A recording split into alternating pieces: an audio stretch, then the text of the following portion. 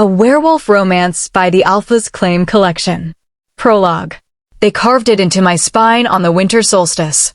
I was 24 years old, bound to a stone altar in the center of our pack's ceremonial grounds while the pack healer, my own mentor, used a blade dipped in liquid moonstone to inscribe my sentence into my flesh. December 21st, year 1847 of the New Moon Era. The day I learned that saving your enemy's child could cost you everything you'd ever known. My name is Rowan Thorne, and I am the healer who broke the oldest law, never save a rival pack's life. The moonstone burned like they were writing with liquid fire. Each stroke of the blade felt like someone was peeling back my skin and pouring molten silver directly onto my spine. I screamed until my throat tore, until I tasted blood, until the world went white with agony.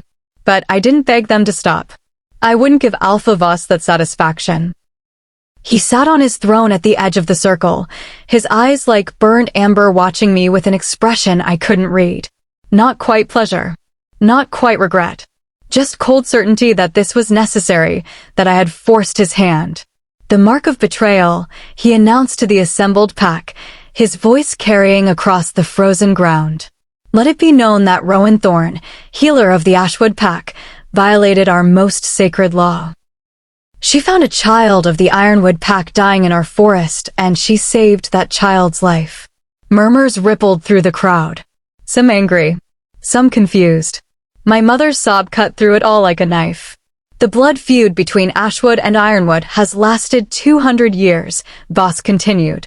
2 centuries of war, of death, of honoring our ancestors who died at Ironwood hands. And this healer, this foolish girl, thought herself above our laws. Thought mercy was more important than loyalty. The blade carved another line. I bit through my lip to keep from screaming again. She will bear the mark of betrayal for the rest of her days, Voss said. Moonstone mixed with wolfsbane, inscribed into her spine. She will never heal again. Never practice her craft. Never serve this pack. He stood, and I felt his dominance wash over me even through the pain. Alpha power, heavy and absolute. Rowan Thorne, I hereby banish you to the hollow grounds. You will walk into that wasteland at dawn tomorrow, and you will not return. If you set foot in Ashwood territory again, you will be executed on sight. Do you understand? I managed to lift my head, to meet his eyes even though every muscle in my body was screaming. Blood ran down my back, mixing with the moonstone, creating a burning trail that would scar into my flesh forever. I understand, I whispered. And I don't regret it. His expression flickered. Just for a moment. Something that might have been respect or might have been disgust. The child lived, he asked quietly. Yes. Then you traded your life for hers. I hope it was worth it. It was. The child, a little girl maybe 5 years old, had been caught in a blizzard 3 days ago. I'd found her half frozen in a snow drift on the border between our territories, her lips blue, her heartbeat barely there. She'd been wearing Ironwood colors, their pack scent all over her, and I'd known immediately what saving her would cost me. But she'd looked at me with eyes so full of fear and pain and desperate hope that I couldn't walk away. So I'd carried her to my healing cottage. I'd spent 2 days bringing her back from the edge of death, feeding her warm broth, wrapping her in furs, using every healing technique I knew to save her life. And on the 3rd day, her father had come. Alpha Magnus of the Ironwood pack, arriving with a dozen warriors, ready for war. Ready to retrieve his daughter's body and exact vengeance for her death on Ashwood soil. Instead, he'd found her alive. Playing with wooden animals I'd carved for her. Laughing. I'd expected gratitude. Maybe even an end to the blood feud, a chance for peace after 200 years of hatred. Instead, Magnus had looked at me with an expression I couldn't decipher, had gathered his daughter without a word, and had left. 2 hours later, Ashwood scouts had reported our crime to Alpha Voss, and I'd been arrested. That was a week ago. Now, the carving was complete. My mentor, Elder Sage, stepped back from the altar. Her hands were shaking, her face wet with tears. She'd raised me after my father died. She taught me everything about healing, about herbs and bones, and the delicate magic that flowed through a healer's touch. and she'd just destroyed my ability to ever heal again. "I'm sorry," she whispered, so quietly only I could hear. "Rowan, I'm so sorry." "I know," I said. And I did. She'd had no choice. Refusing an alpha's command meant death. They unbound me from the altar. My legs wouldn't hold me, so 2 guards dragged me across the frozen ground to the healer's tent, where they threw me onto a cot and left me alone with my pain. I lay there as the moon rose, as the moonstone in my spine burned and wouldn't stop burning. And I thought about the little girl's face when I'd handed her the wooden wolf I'd carved. The way she'd smiled. The way she'd said thank you in a voice still rough from screaming. Her name was Ember. I'd asked before her father took her away. Ember. Like a spark that could start a fire. Like hope in the darkness. I closed my eyes and let the pain wash over me. Tomorrow, I'd walk into the hollow grounds, into the cursed wasteland where exiled wolves went to die slowly, their connection to their inner wolf severed, their humanity fraying with each passing day. But tonight, I let myself remember that little girl's smile. And I knew, even knowing what tomorrow would bring, that I'd do it all again. Some things were worth more than pack law, worth more than my own life. Mercy was one of them. Before we dive into today's tale, I'd love to know. Where in the world are you right now? Share your location and current time in the comments. Are you listening at dawn in Canada? During lunch in Berlin? Sunset in New York? Or maybe it's midnight in Melbourne? It's amazing to see our werewolf romance community spanning every corner of the planet. Drop a comment and tell me where you're watching from. Together, we're creating a worldwide paranormal romance family. Now let's begin. Chapter 1. The Hollow Grounds. I'd been dying slowly for 6 months when the raven found me. That was wrong. I'd been dying the moment they carved that mark into my spine. But it had taken 6 months for my body to fully understand it was supposed to give up. 6 months of surviving on insects and poisonous berries that made me sick, but at least filled my stomach. 6 months of drinking from contaminated streams that tasted like metal and despair. 6 months of watching my wolf, my beautiful silver-brown wolf who'd run wild through Ashwood forests since I was 13, fade to nothing more than a whisper in the back of my mind. The hollow grounds didn't kill you quickly. That would have been mercy, and this place was built on the absence of mercy. It was a wasteland between territories, a place where nothing grew except twisted gray trees with branches that looked like broken fingers reaching toward a sky that was always the color of old bruises. The ground was hard-packed dirt and ash. No grass. No flowers. No life except the wolves who'd been exiled here and the insects that fed on our slow decay. There were others here. Maybe 20 of us scattered across the desolate landscape. We didn't talk to each other. Most had gone feral, their minds broken by isolation and starvation and the constant whisper of madness that came from losing your wolf while still being alive. I'd seen a woman yesterday, or maybe it was 3 days ago. Time got strange here, attacking a dead tree with her bare hands. She was screaming about packin' home and someone named Marcus. Blood ran from her knuckles as she beat the tree over and over until she collapsed. She didn't get up again. I didn't go to check if she was still breathing. I'd learned in the first month that trying to help the other exiles only made things worse. They saw kindness as weakness, as an opportunity. I'd nearly lost an eye to a male who'd thought I had hidden food. I hadn't. I'd just been trying to share the handful of beetles I'd managed to catch. After that, I kept to myself. My shelter was barely worthy of the name.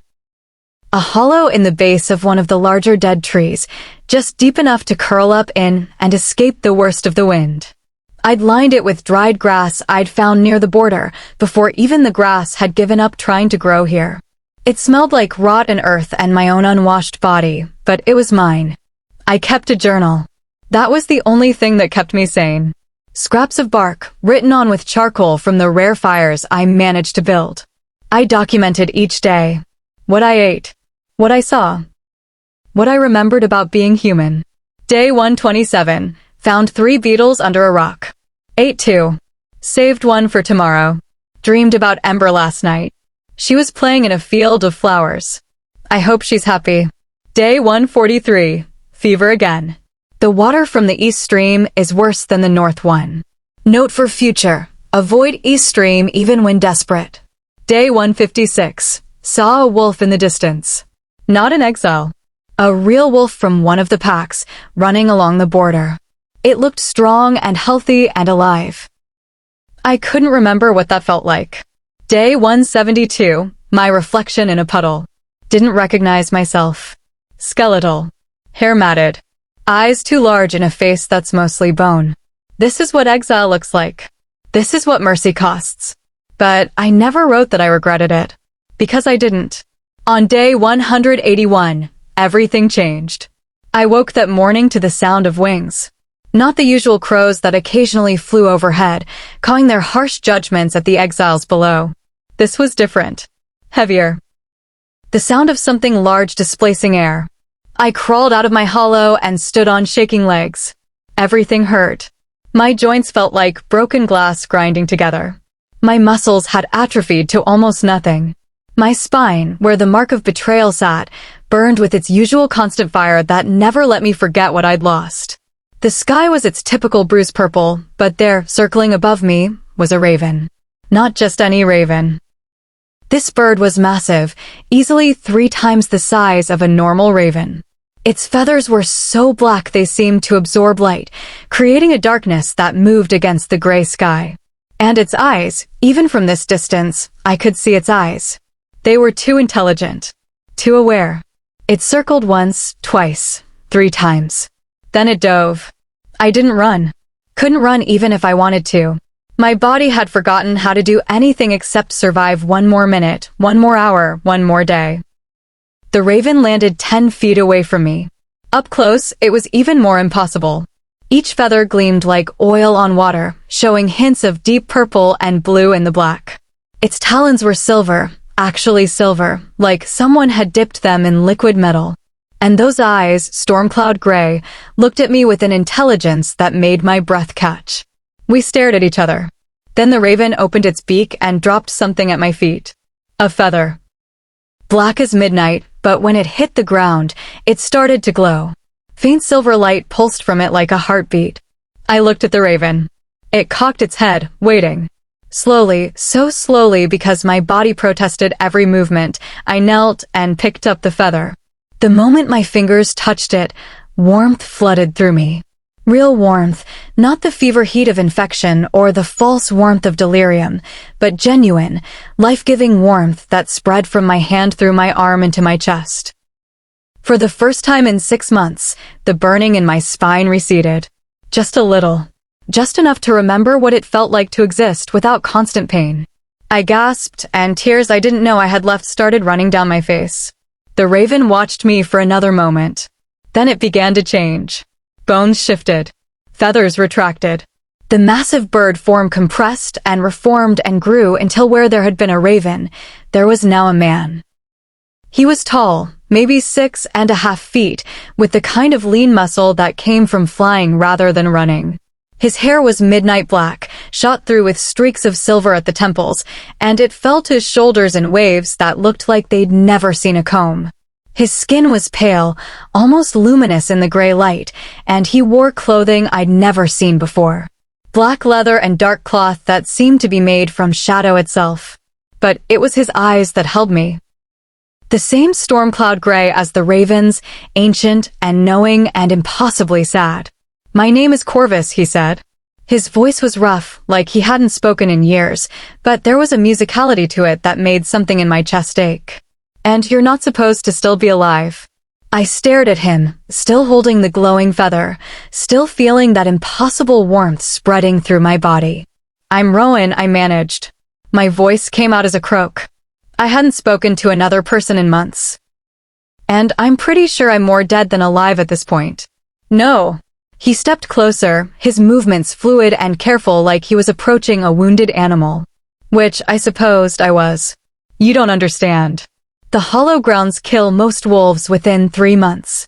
Their wolf dies, their mind breaks, and then their body gives up. You've been here for 6 months. 181 days," I corrected automatically. His eyebrows rose. "You've been counting." "I've been keeping myself sane."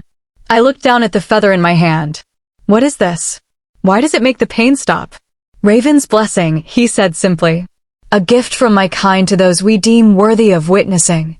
Raven shifter. The words came out odd. I'd thought they were extinct. Everyone thought they were extinct. They were creatures from the old stories, from before the packs formed, before the territories were divided. Ancient. Powerful. Gone. The last of my kind, Corvus confirmed, something bleak crossing his face. And I was sent here to observe you. To see if the reports were true. More reports. That an exiled healer from the Ashwood Pack has survived 6 months in the hollow grounds despite having the mark of betrayal carved into her spine. That she keeps a journal on bark scraps and still documents hope in a place where hope goes to die.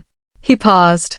That she saved an enemy child and doesn't regret it even now. My throat tightened. Who sent you? Someone who's very interested in wolves who choose mercy over survival. He knelt down so we were at eye level, and I saw that his eyes weren't just gray. They had flecks of silver in them, like stars. Someone who thinks you might be important. I'm not important. I'm a dying exile. Are you? He reached out slowly, telegraphing his movement, and touched my shoulder. Because dying exiles don't usually have Luna marks forming on their spines. I jerked back. What? Turn around. I didn't want to. Didn't want to know what new horror my body had created. But something in his expression made me trust him. Maybe it was the sadness in his eyes. Maybe it was the fact that he'd given me a feather that stopped the pain. Maybe I was just so desperate for human contact that I'd do anything he asked. I turned around and pulled up my ragged shirt, exposing my spine. Corvus was silent for a long moment. Then he breathed out, slow and wondering.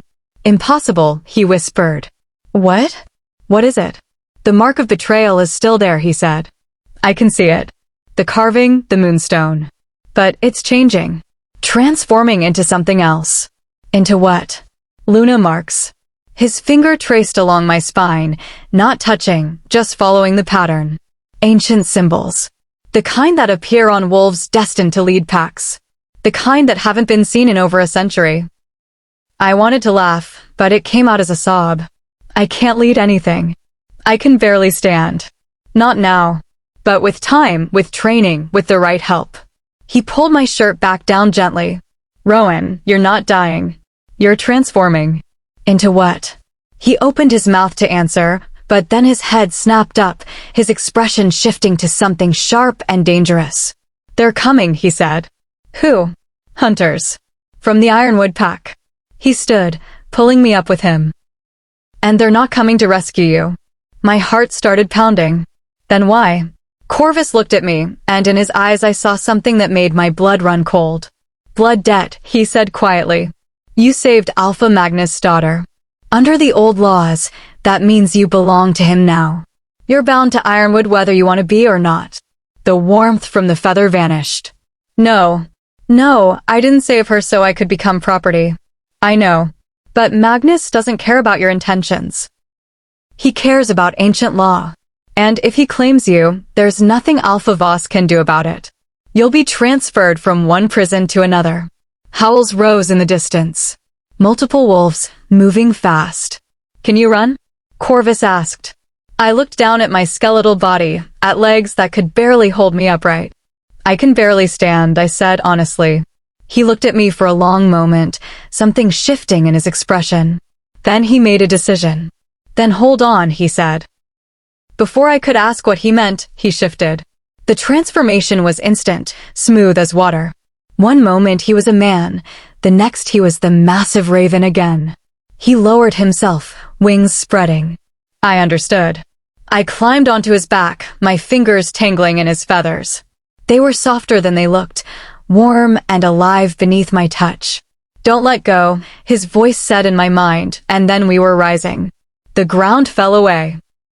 The hollow grounds shrank beneath us, and for the first time in 6 months, I felt the wind on my face that wasn't carrying the scent of death and despair. I felt movement and speed and something that might have been hope. Below us, wolves burst into the clearing where I'd been standing moments before. 5 of them, massive and powerful, wearing ironwood colors. An arrow flew past us. They have archers, I shouted over the wind. Another arrow, closer this time. It grazed Corvus's wing, and I felt him falter. No, no, no, I whispered. A third arrow. This one struck true, burying itself in his left wing. Corvus let out a sound that was half bird screech, half human scream. We started falling. The ground rushed up to meet us. Trees, real trees with actual leaves, meaning we'd made it past the hollow grounds into the forest beyond. Corvus tried to control the descent, but the injured wing wouldn't cooperate. We crashed through branches. I felt impacts against my arms, my legs, my back. Then we hit the ground hard enough to knock the air from my lungs. Everything went black. When I woke, I was lying in soft grass. Real grass. Green and alive and smelling like earth and growth. Above me, the sky was blue. Actually blue, not gray, not purple, but the clear bright blue of early winter afternoon. I turned my head and saw Corvus lying a few feet away. He'd shifted back to human form, and blood ran from a wound in his shoulder where the arrow had struck his wing. His eyes were closed, his breathing shallow. Corvus, I tried to say, but my voice came out as barely a whisper. He didn't move. In the distance, I heard howls again. The hunters, tracking us.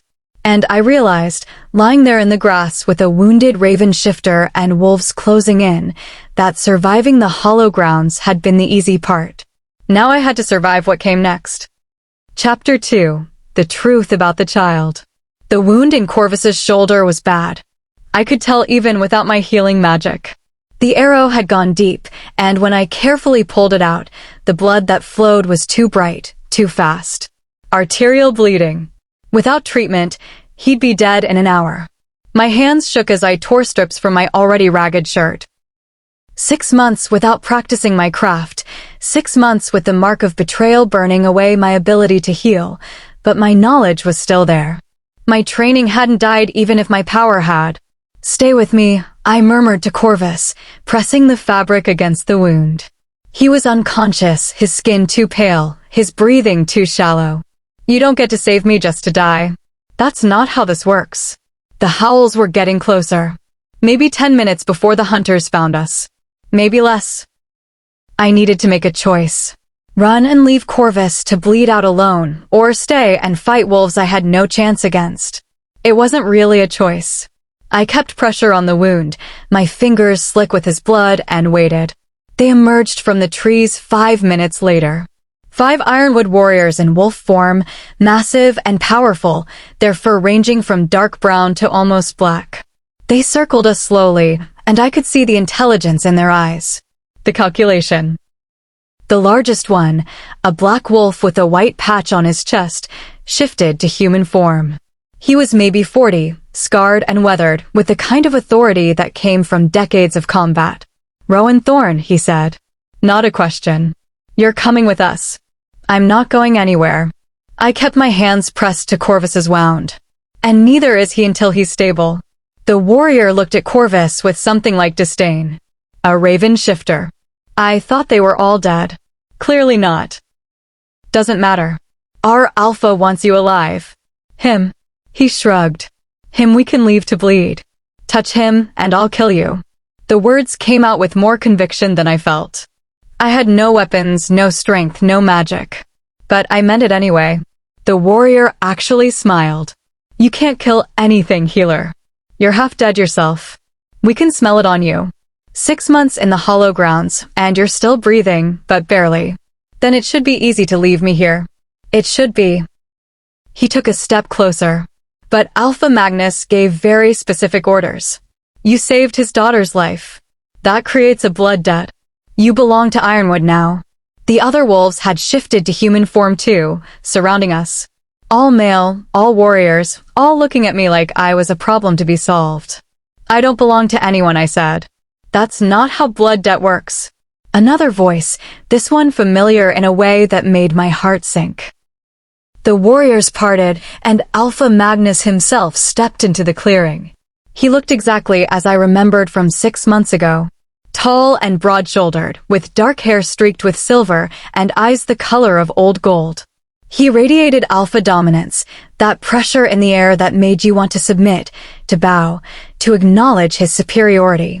I'd always hated that feeling. Rowan Thorne, he said, and his voice was surprisingly gentle. We've been searching for you for 6 months.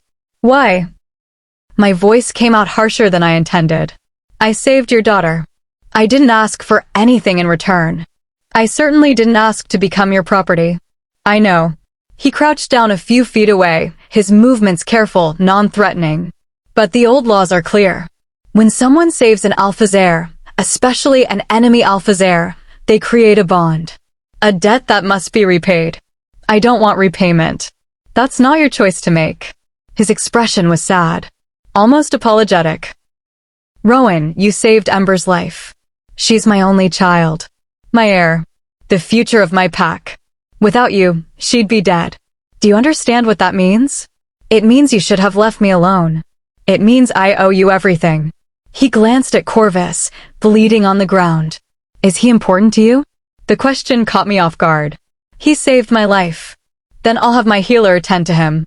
But you're coming with us. Back to Ironwood territory. Back to where you belong. I belong to Ashwood. Even saying it felt like a lie. Ashwood had exiled me. Had sentenced me to death in the Hollow Grounds. But it was still my pack. Still my home. Ashwood cast you out. Magnus' voice hardened. Voss carved the mark of betrayal into your spine and sent you to die. You don't belong to them anymore. And I don't belong to you. Actually, you do. He stood, his dominance pressing down on me like a physical weight. Under the oldest laws, the ones that predate pack territories and blood feuds, saving an Alpha's heir creates an unbreakable bond. You're bound to Ironwood now. To me. To Ember. No. I tried to stand, to face him on my feet instead of kneeling in the grass, but my legs wouldn't hold me. 6 months of malnutrition had taken their toll. Magnus caught me before I fell. His hands were surprisingly gentle. I'm not your enemy, he said quietly. I know it doesn't feel that way. I know this seems like another prison. But Rowan, you saved my daughter. You gave up everything to give her life. That kind of sacrifice deserves honor, not punishment. Then let me go. I can't. He helped me sit back down. The blood debt is sacred. If I release you, the other packs will see it as weakness. They'll think Ironwood doesn't honor the old ways. It could start wars. I wanted to scream. Wanted to rage at the unfairness of it all. I'd saved a child, just one child, and it had cost me my pack, my home, my healing ability, 6 months of my life in hell, and now my freedom. What about what I want? I asked, hating how my voice cracked. Magnus looked at me for a long moment. Then he did something I didn't expect. He knelt in the grass beside me, lowering himself to my level. What do you want? He asked. The question was so simple, so genuine, that it broke something in me. I want to go home, I whispered. I want my mother. I want my cottage and my herbs and my patience. I want to heal people. I looked down at my skeletal hands. I want to not be this. This broken thing that can't even stand without help. Then we'll fix it. Magnus' voice was firm. You'll come to Ironwood. You'll eat real food and sleep in a real bed and let my healers tend to you. You'll regain your strength. And then we'll figure out what comes next. What about the blood debt? It doesn't mean you're a slave, he said. It means your pack. Ironwood pack. You'll have a home, a purpose, protection. And Ember. His voice softened. She's been asking about you every day for 6 months. She wants to see you. To thank you. The mention of Ember made my chest ache. She's well. Perfectly healthy. Because of you. He touched my shoulder, a gesture that was almost fatherly. Let me repay the debt by giving you a life worth living. I looked at Corvus, still bleeding on the ground. What about him? We'll heal him. Keep him as your companion if you want. I don't care about a Ravenshifter's allegiances. Magnus stood and gestured to one of his warriors. Bring a healer. Now. The warrior shifted and ran. Magnus turned back to me. There's something else you need to know. About why I've been searching for you so desperately. What? Alpha Voss didn't just exile you to punish you for breaking pack law. His expression darkened. He knew about the blood debt. Knew that saving Ember would bind you to Ironwood. He did it deliberately. My blood ran cold. What? The mark of betrayal should have killed you within weeks, Magnus said. It's designed to. Moonstone mixed with wolfsbane, carved deep into the spine. It destroys a wolf's ability to heal and their connection to their inner wolf. Most don't survive a month. But I survived 6. Exactly. He knelt again, his golden eyes intense. Rowan, you weren't supposed to live long enough for me to claim you. Voss was eliminating a problem and sending you to a rival, knowing you'd die before I could collect the blood debt. It was political maneuvering disguised as pack justice. The betrayal was so vast I couldn't process it. Alpha Voss, my alpha, the leader I'd sworn loyalty to, had sentenced me to death not just for breaking pack law, but to prevent me from becoming Ironwood's asset. He used me, I whispered. Yes. And he thought I'd die before anyone could benefit from what I'd done. Yes. I looked at my hands. 6 months of hell. 6 months of slowly starving and going mad and losing myself piece by piece. And it had all been calculated. Planned. A move in a game I hadn't even known I was playing. But you didn't die, Magnus continued. You survived. Against all odds, against every expectation, you survived. And that makes you dangerous. I'm not dangerous. I'm a healer. You're a healer who endured 6 months of the hollow grounds and came out alive. You're a wolf who chose mercy over pack loyalty and survived the consequences. He hesitated. There are rumors. About marks appearing on your spine. About transformation. My hand went automatically to my back, to where Corvus had said the Luna marks were forming. What do you know about it? I asked. Only what my scouts reported. That your mark of betrayal is changing. Becoming something else. He looked at me intently. Rowan, if those marks are what I think they are, you're not just bound to Ironwood by blood debt. You're something far more significant. Before I could ask what he meant, the warrior returned with a woman. She was older, maybe 60, with silver hair and kind eyes and the unmistakable scent of a healer. She went immediately to Corvus, her hands already glowing with that soft green light I remembered from my own healing days. The light I'd lost 6 months ago. He'll live, she said after a moment. But he needs rest and proper care. Take him back to the pack house, Magnus ordered. Give him whatever he needs. The healer nodded and began preparing Corvus for transport. Magnus turned back to me. You have a choice, Rowan. You can come with us willingly, be treated as pack, as someone we're honored to welcome. Or we can force you, bind you, drag you back like a prisoner. His expression was sad. I don't want to force you.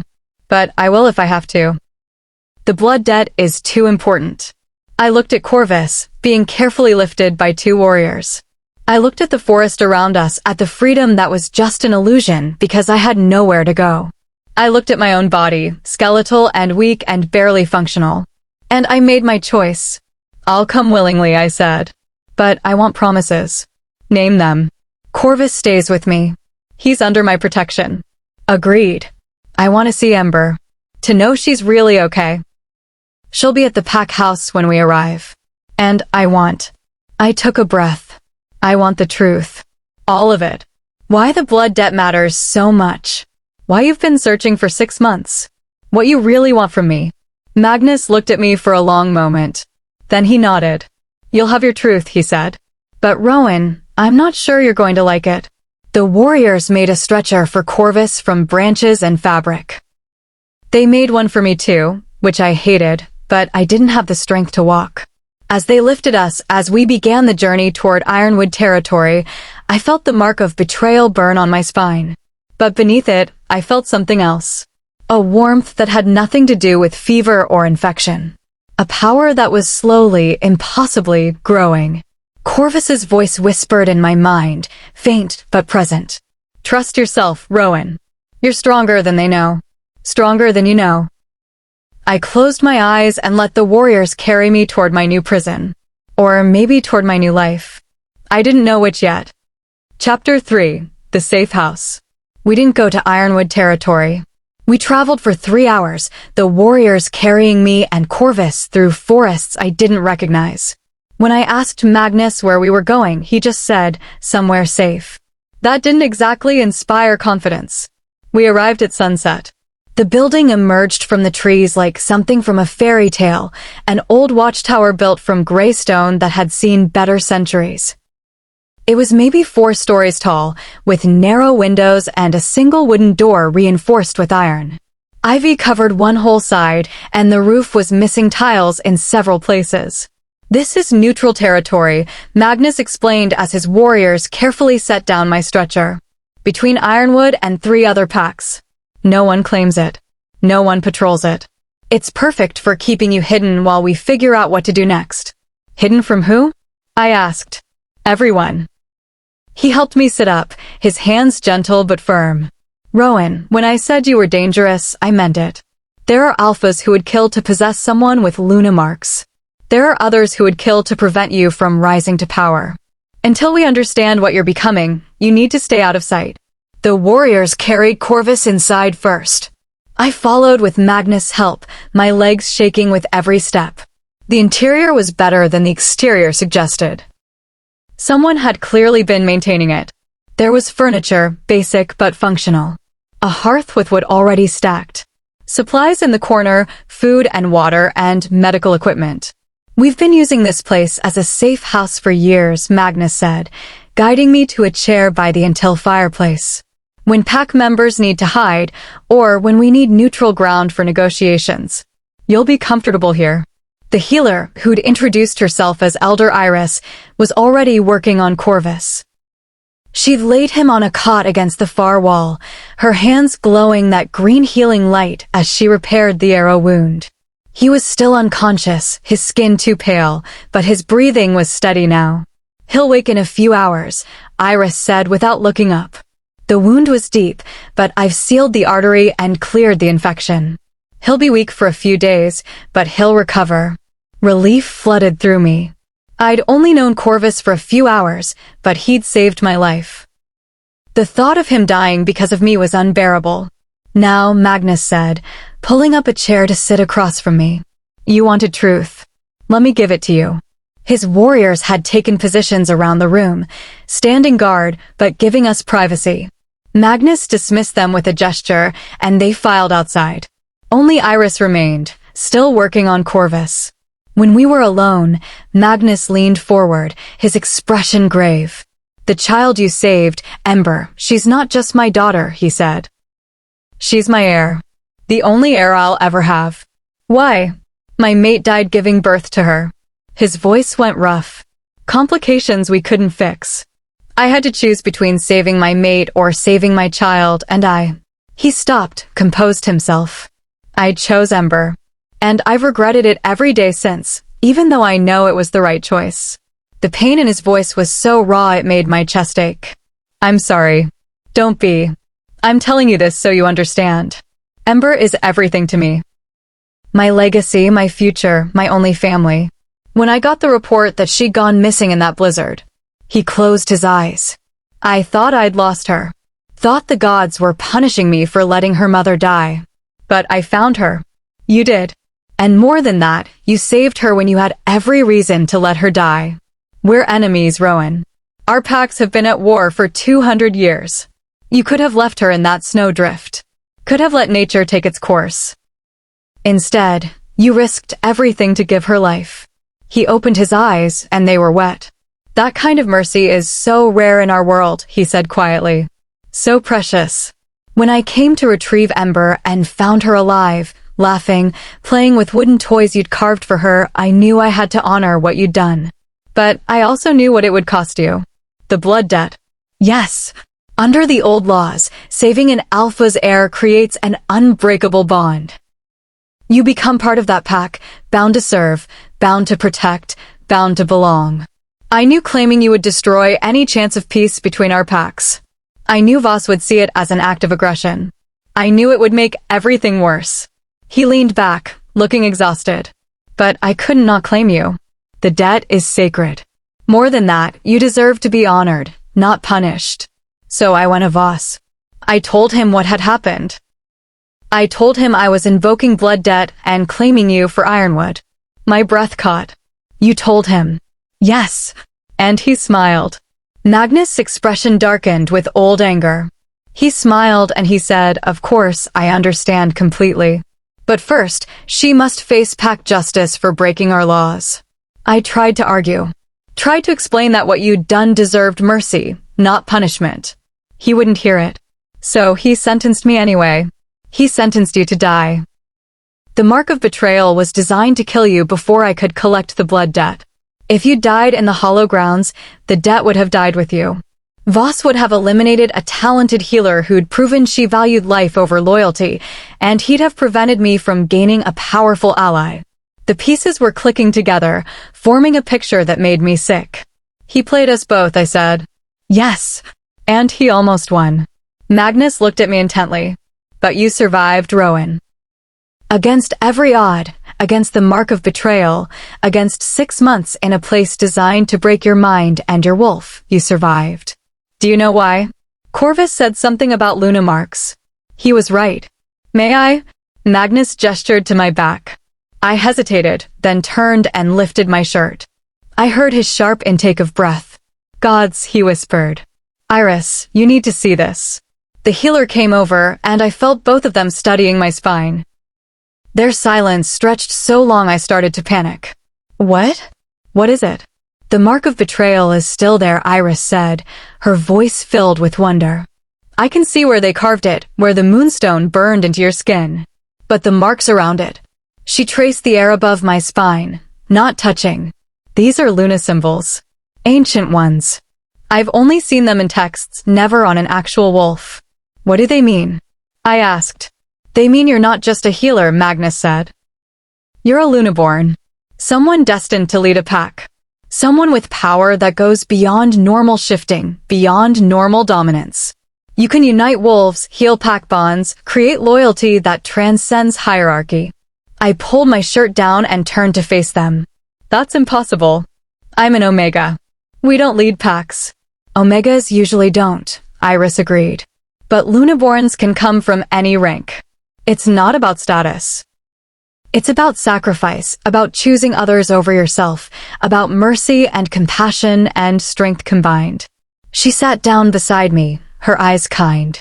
Rowan, you survived the mark of betrayal because your Luna nature was already awakening. The trauma, the pain, the isolation, it forced your dormant power to the surface. You were transforming this entire time and didn't even know it. I looked at my hands. They still looked skeletal, weak, nothing special. I don't feel powerful, I said. Not yet, Magnus said. Because your body is still recovering. Your wolf is still fragmented from 6 months of suppression. But with time, with proper training, with food and rest and healing, you'll come into your full strength. He knelt in front of me, his expression serious. Rowan, I need to tell you something else. Something I haven't told anyone except Iris. What? When I invoked blood debt, when I claimed you for Ironwood, I wasn't just doing it to honor the old laws. I was doing it because my pack needs a Luna. His voice dropped. Since my mate died, Ironwood has been unstable. Alphas need Lunas to balance their dominance, to provide the heart of the pack while the alpha provides the strength. Without a Luna, packs become aggressive, violent, unmoored. Understanding dawned. You want me to be Ironwood's Luna? Not yet. You're nowhere near ready. But eventually, yes. He looked at me earnestly. Not as my mate. That bond is sacred and can't be forced.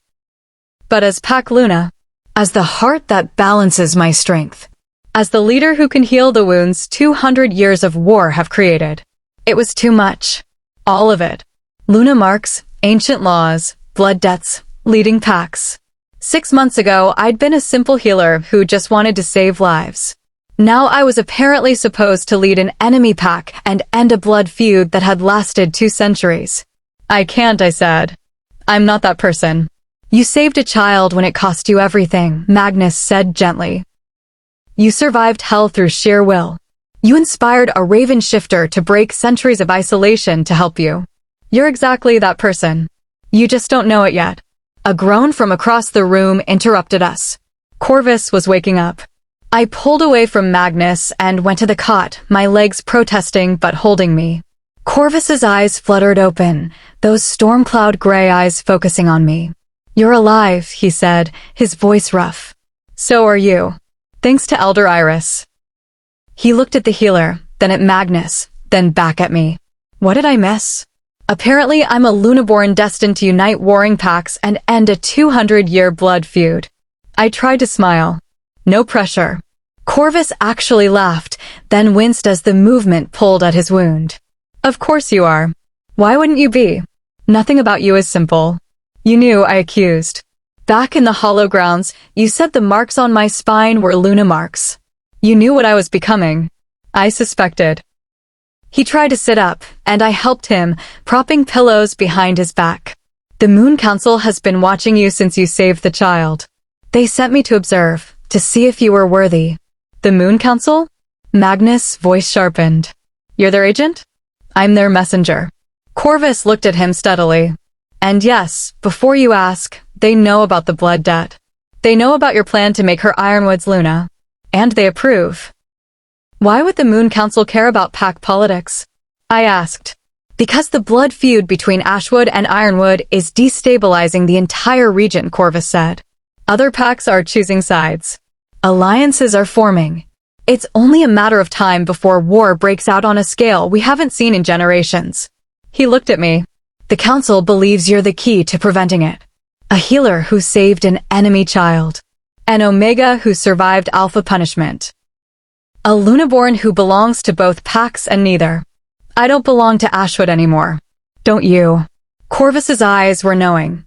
Voss tried to kill you, but you're still Ashwood-born. Still connected to that land, those wolves. And now you're blood-bonded to Ironwood.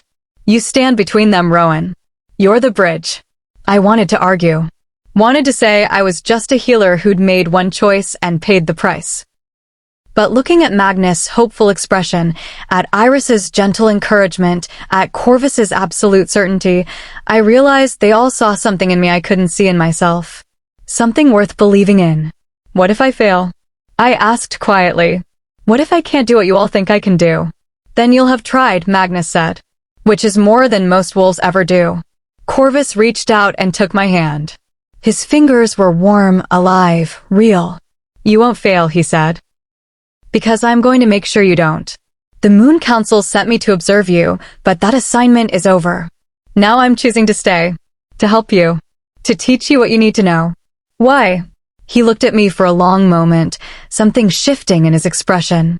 Because in 300 years of existence, I've never met anyone who made me want to care again, he said quietly. Never met anyone who reminded me that mercy is stronger than vengeance, that hope exists even in hell. You did that, Rowan. In 6 months of dying, you taught a dead heart to beat again. The vulnerability in his voice made my breath catch. Corvus, I started. I'm not asking for anything, he said quickly. I know you're not ready. I know you're barely holding yourself together. I just needed you to know why I'm staying. Why I'll teach you to control your Luna power. Why I'll stand between you and anyone who tries to hurt you. It's not obligation. It's choice. Something warm bloomed in my chest. Something that felt dangerously like hope. Okay, I whispered. Okay. Magnus cleared his throat. Well, this is awkward. Despite everything, I laughed. It came out rusty and broken, but real. We should let you both rest, Magnus said, standing. Iris will stay to monitor your recovery. I'll return in 3 days with supplies and to check on your progress. In the meantime, this tower is warded against detection. No one will find you here. He paused at the door. Rowan, I know this is overwhelming. I know you didn't ask for any of this. But I meant what I said. You deserve to be honored, not punished. Whatever you decide, whether you choose to become Ironwood's Luna or walk away entirely, I'll support you. Even if it means losing the blood debt? The debt was never about ownership, he said gently. It was about acknowledgement. You saved my daughter. That debt is already paid in my heart. Everything else is your choice. He left, taking his warriors with him. The tower fell quiet except for the crackling of the fire Iris had started. She gave me a gentle smile. I'm going to check the perimeter and gather some fresh herbs. You two rest. We'll talk about training tomorrow. Then she was gone too, leaving me alone with Corvus. We sat in silence for a while, him on the cot, me in the chair beside it. The firelight played across his face, highlighting the silver in his hair, the ancient sadness in his eyes. 300 years, I said finally. That's how long you've been alive? Give or take. And you've been alone all that time? My mate died in a plague. The rest of my kind died in a war. I've been the last raven shifter for longer than most packs have existed. He looked at the fire. It's a special kind of hell. Being immortal when everyone you love is mortal. Is that why you help the Moon Council? To have purpose? Partly. Mostly I do it because sitting still means thinking, and thinking means remembering, and remembering means pain. I understood that. The hollow grounds had taught me about the danger of too much time to think. Well, I said, you're not alone anymore. At least not for now. He looked at me, and something in his expression made my heart skip. No, he said softly. I'm not. We stayed like that, sitting by the fire, two broken souls who'd somehow found each other in the wreckage. And for the first time since the mark of betrayal was carved into my spine, I felt something other than pain. I felt the beginning of healing. Chapter 4. The Luna's Mark. I woke 3 days later feeling almost human. Iris had worked miracles. Between her healing magic and actual food, my body was recovering faster than should have been possible. I still looked too thin. My ribs still showed, but I could walk without assistance now. Could think without the constant fog of starvation. Could feel my wolf stirring in the back of my mind, tentative but present. It's the Luna marks, Iris explained over breakfast on the third morning. They're accelerating your healing, pushing your body to recover so you can access your full power. We were sitting at a rough wooden table in the tower's main room. Corvus was there too, his shoulder almost fully healed, eating porridge with single-minded focus. He'd been quiet these past 3 days, spending most of his time in meditation or walking the perimeter in raven form. I thought he was giving me space to process everything. I appreciated it. When do we start training? I asked Iris. Today, if you're ready. She studied me with those kind eyes. But Rowan, you need to understand what Luna training involves. It's not like learning to shift or fight. It's about accessing a part of yourself most wolves don't even know exists. Tell me. She set down her spoon and leaned forward. Every pack has a heart, she said. A center that holds wolves together through bonds of loyalty and love and shared purpose. In most packs, the alpha provides the structure and the strength. But it's the Luna who provides the heart. The connection. The thing that makes a pack more than just wolves who live together. But I've never been part of a pack heart, I said. I was just a healer. I never felt those bonds. Because Ashwood didn't have a Luna. Voss's mate died years before you were born, and he never chose another. Without a Luna, pack bonds are weak. Transactional. Based on dominance and fear rather than genuine connection. Corvus spoke up. That's why Ashwood is so rigid. Why they could exile you for an act of mercy. Without a Luna's influence, alphas become tyrants. Iris nodded. Exactly. And Ironwood has the same problem. Magnus has been leading without a Luna for 6 years, and it's made his pack aggressive. Unstable. They're one incident away from fracturing completely. So I'm supposed to fix both packs? The enormity of it was crushing. Eventually, maybe. But first, you need to learn to access your Luna power at all. Iris stood. Come. Let me show you something. She led me outside to a clearing behind the tower. The morning was cold but clear, frost sparkling on the grass. Corvus followed, leaning against a tree to watch. Close your eyes, Iris instructed. Breathe. Feel your wolf. I did. It was easier now than it had been in the hollow grounds. My wolf was still weak, still fragmented, but she was there. A silver-brown presence in my mind, cautious, but curious. Good, Iris said. Now, instead of pushing outward to shift, pull inward. Sink down to where your wolf lives and go deeper. Past the instincts, past the animal nature, to the core of what connects you to other wolves. I tried. Closed my eyes tighter. Reached down through layers of consciousness until I found something. A warmth that wasn't quite physical. A sense of threads extending from my chest into the world around me. Do you feel it? Iris's voice was distant. Yes. What is it? Pack bonds. Even though you're not formally part of a pack right now, you're still connected to other wolves. Those are the threads of potential connection. As a Luna, you can sense them, strengthen them, even create new ones. I opened my eyes. How? Try reaching for one. The closest bond to you. Don't force it, just acknowledge it. I closed my eyes again and felt along the threads. There were several, but one was stronger than the others. Warmer. More present. I reached for it and suddenly I could feel Corvus. His presence flooded into my awareness. Not his thoughts exactly, but his emotions. The constant low-level pain from his shoulder wound. The weariness of 3 centuries of loneliness. The cautious hope that maybe, finally, he'd found someone worth caring about. And beneath it all, a deep well of protectiveness directed at me. My eyes snapped open. Corvus was staring at me, his expression startled. "You felt that," he said. Not a question. "I'm sorry, I didn't mean to. Don't apologize." He pushed away from the tree. That was incredible. I've never felt anything like that. It was like you were inside my head, but also like I was inside yours. Connected. "That's a Luna bond," Iris said, her voice filled with satisfaction. "Rowan, what you just did takes most Lunaborns months to achieve. You did it in minutes. But I didn't mean to. I just reached and it was there. Because your power is instinctive. Natural. You're not forcing connections, you're recognizing ones that already exist." She smiled. "This is good. This is very good." We spent the rest of the morning practicing. Iris taught me how to sense bonds, how to read the emotions flowing through them, how to gently reinforce connections without overwhelming the other wolf. It was exhausting. By midday, I was sweating and shaking, my head pounding from the effort. But I'd successfully bonded with both Iris and Corvus, creating threads of connection that hummed with life and warmth. "Enough for today," Iris declared. "You need rest.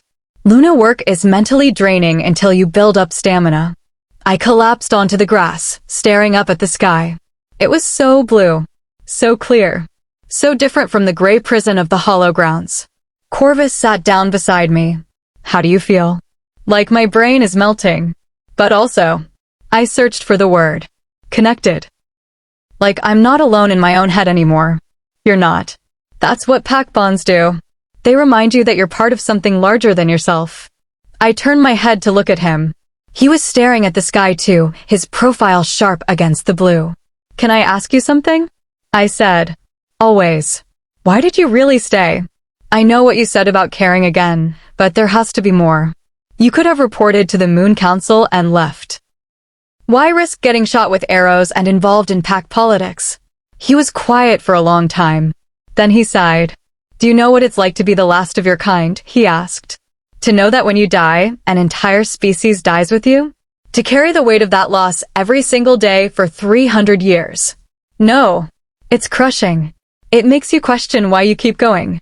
What the point is of existing when there's no future, no legacy, no one who understands what you've lost." He finally looked at me. "And then I saw you in the hollow grounds. Skeletal, dying, barely holding on to sanity. And you were writing in a journal, documenting hope in a place where hope doesn't exist." His voice cracked slightly. "You reminded me that survival isn't just about breathing. It's about choosing to hope even when hope is irrational. Choosing to care even when caring causes pain. You've been tortured for 6 months, and you still didn't regret saving that child." That kind of conviction. He shook his head. "I haven't seen anything like it in 3 centuries. I didn't know what to say to that. So I stayed," he continued. "Because for the first time since my mate died, I wanted to see what happened next. Wanted to know if you'd actually become the Luna everyone thinks you can be. Wanted to be part of something that mattered again." He looked at me, and his eyes were so full of longing and sadness and hope that my breath caught. "And maybe," he said quietly, "I stayed because when I'm near you, the loneliness doesn't hurt quite so much." The confession hung between us, raw and honest. I reached out and took his hand. His fingers closed around mine, warm and solid and real. "I'm glad you stayed," I said. "I don't think I could do this without you." "You could. But you don't have to." We sat like that, holding hands in the grass, connected by more than just Luna bonds now. connected by choice, by shared pain, by the fragile beginning of something that might become trust and might become more. Iris's voice called from the tower. Rowan, come see this. We went inside to find her examining my back, a mirror positioned so I could see over my shoulder. The mark of betrayal was still there, the scarred symbol of my exile and torture. But around it, woven through it, transforming it, were new marks. Silver lines that glowed faintly in the dim tower light, forming symbols I didn't recognize. Luna marks, Iris breathed. Fully manifested. Rowan, this is extraordinary. I stared at the reflection. The marks were beautiful in a strange way. They'd taken the ugly scar tissue and integrated it into something new. The pain wasn't gone, the burning hadn't stopped, but now it felt purposeful rather than punitive. What do the symbols mean? I asked. Corvus stepped closer, studying the marks. That one is unity. That one is healing. That one. He traced the air above my shoulder blade. Sacrifice. And at the center, where the original carving is deepest, that's transformation. Unity, healing, sacrifice, transformation, Iris repeated. The 4 pillars of Luna power. Rowan, these marks are telling you what you're meant to do. What you're meant to become. I looked at Corvus in the mirror. Our eyes met, and I saw the same wonder I felt reflected in his expression. What if I'm not strong enough? I asked. What if the marks are wrong and I can't be what they say I am? Then we'll figure it out together, Corvus said. But Rowan, I've lived 300 years. I've seen every kind of wolf, every kind of strength and weakness. And I'm telling you, you're strong enough. You've always been strong enough. Iris pulled my shirt back down gently. The marks will continue to develop as you train. Each skill you master will add to them, creating a complete picture of your Luna nature. But the foundation is there now. You're officially Lunaborn. A knock at the door interrupted us. We all tensed. It's Magnus, a voice called. And I've brought someone who wants to see you. Iris opened the door. Magnus stood there with 3 of his warriors. And beside him, holding his hand, was a little girl with dark hair and golden eyes. Ember. She was bigger than I remembered, 6 years old now instead of 5, her face fuller and healthier. She wore a warm cloak and sturdy boots, and had the kind of confidence that came from being cherished and protected. When she saw me, her whole face lit up. Rowan, she cried, and before anyone could stop her, she'd run across the room and thrown her arms around my waist. The impact nearly knocked me over. I was still too weak for enthusiastic hugs. But I didn't care. I wrapped my arms around this child I'd saved, this little girl who'd cost me everything and given me purpose, and I felt something crack open in my chest. This was why. This moment, right here, was why every second of torture in the hollow grounds had been worth it. You're real, Ember said, her face pressed against my stomach. Daddy said you were real, but I thought maybe I dreamed you. I'm real, I managed, my voice thick. She pulled back to look up at me. Are you okay? Daddy said the bad wolves hurt you. I'm getting better. Good. She took my hand with complete trust. Because I made you something. She pulled a small wooden carving from her pocket. A wolf, crudely made but clearly crafted with love, with silver paint on its fur. It's you, she said. The silver wolf who saved me. Daddy helped me carve it, but I did the painting all by myself. I took the carving with shaking hands. It was warm from being in her pocket, smooth from being handled with care. It's perfect, I whispered. You can keep it forever, Ember declared. So you remember that you're a hero. I knelt down to her level, ignoring the protest from my weak legs. I'm not a hero, sweetheart. I just did what anyone should do. That's what heroes say. She touched my cheek with one small hand. Thank you for saving me. I'm glad you didn't die. Over her head, I saw Magnus watching us with tears in his eyes. Saw Corvus smiling that small, sad smile. Saw Iris nodding with satisfaction. And I felt the Luna marks on my spine pulse with warmth. This child. This innocent, precious child who'd cost me my pack and my home and 6 months of hell. She was also the reason I'd discovered what I was capable of. The reason I'd survived when I shouldn't have. The reason I was standing here now with power awakening in my bones and purpose crystallizing in my heart. I'm glad I didn't die too, I told Ember. And I promise I'll never regret saving you. Not ever. She hugged me again, fierce and sure. And in that moment, I understood what Corvus had been trying to tell me. This was what made survival worth it. Connection. Love. Choosing to protect something precious even when it cost you everything. This was what it meant to be Luna. Chapter 5. The Trial. Magnus stayed for 3 hours, watching Ember play with me like we were old friends.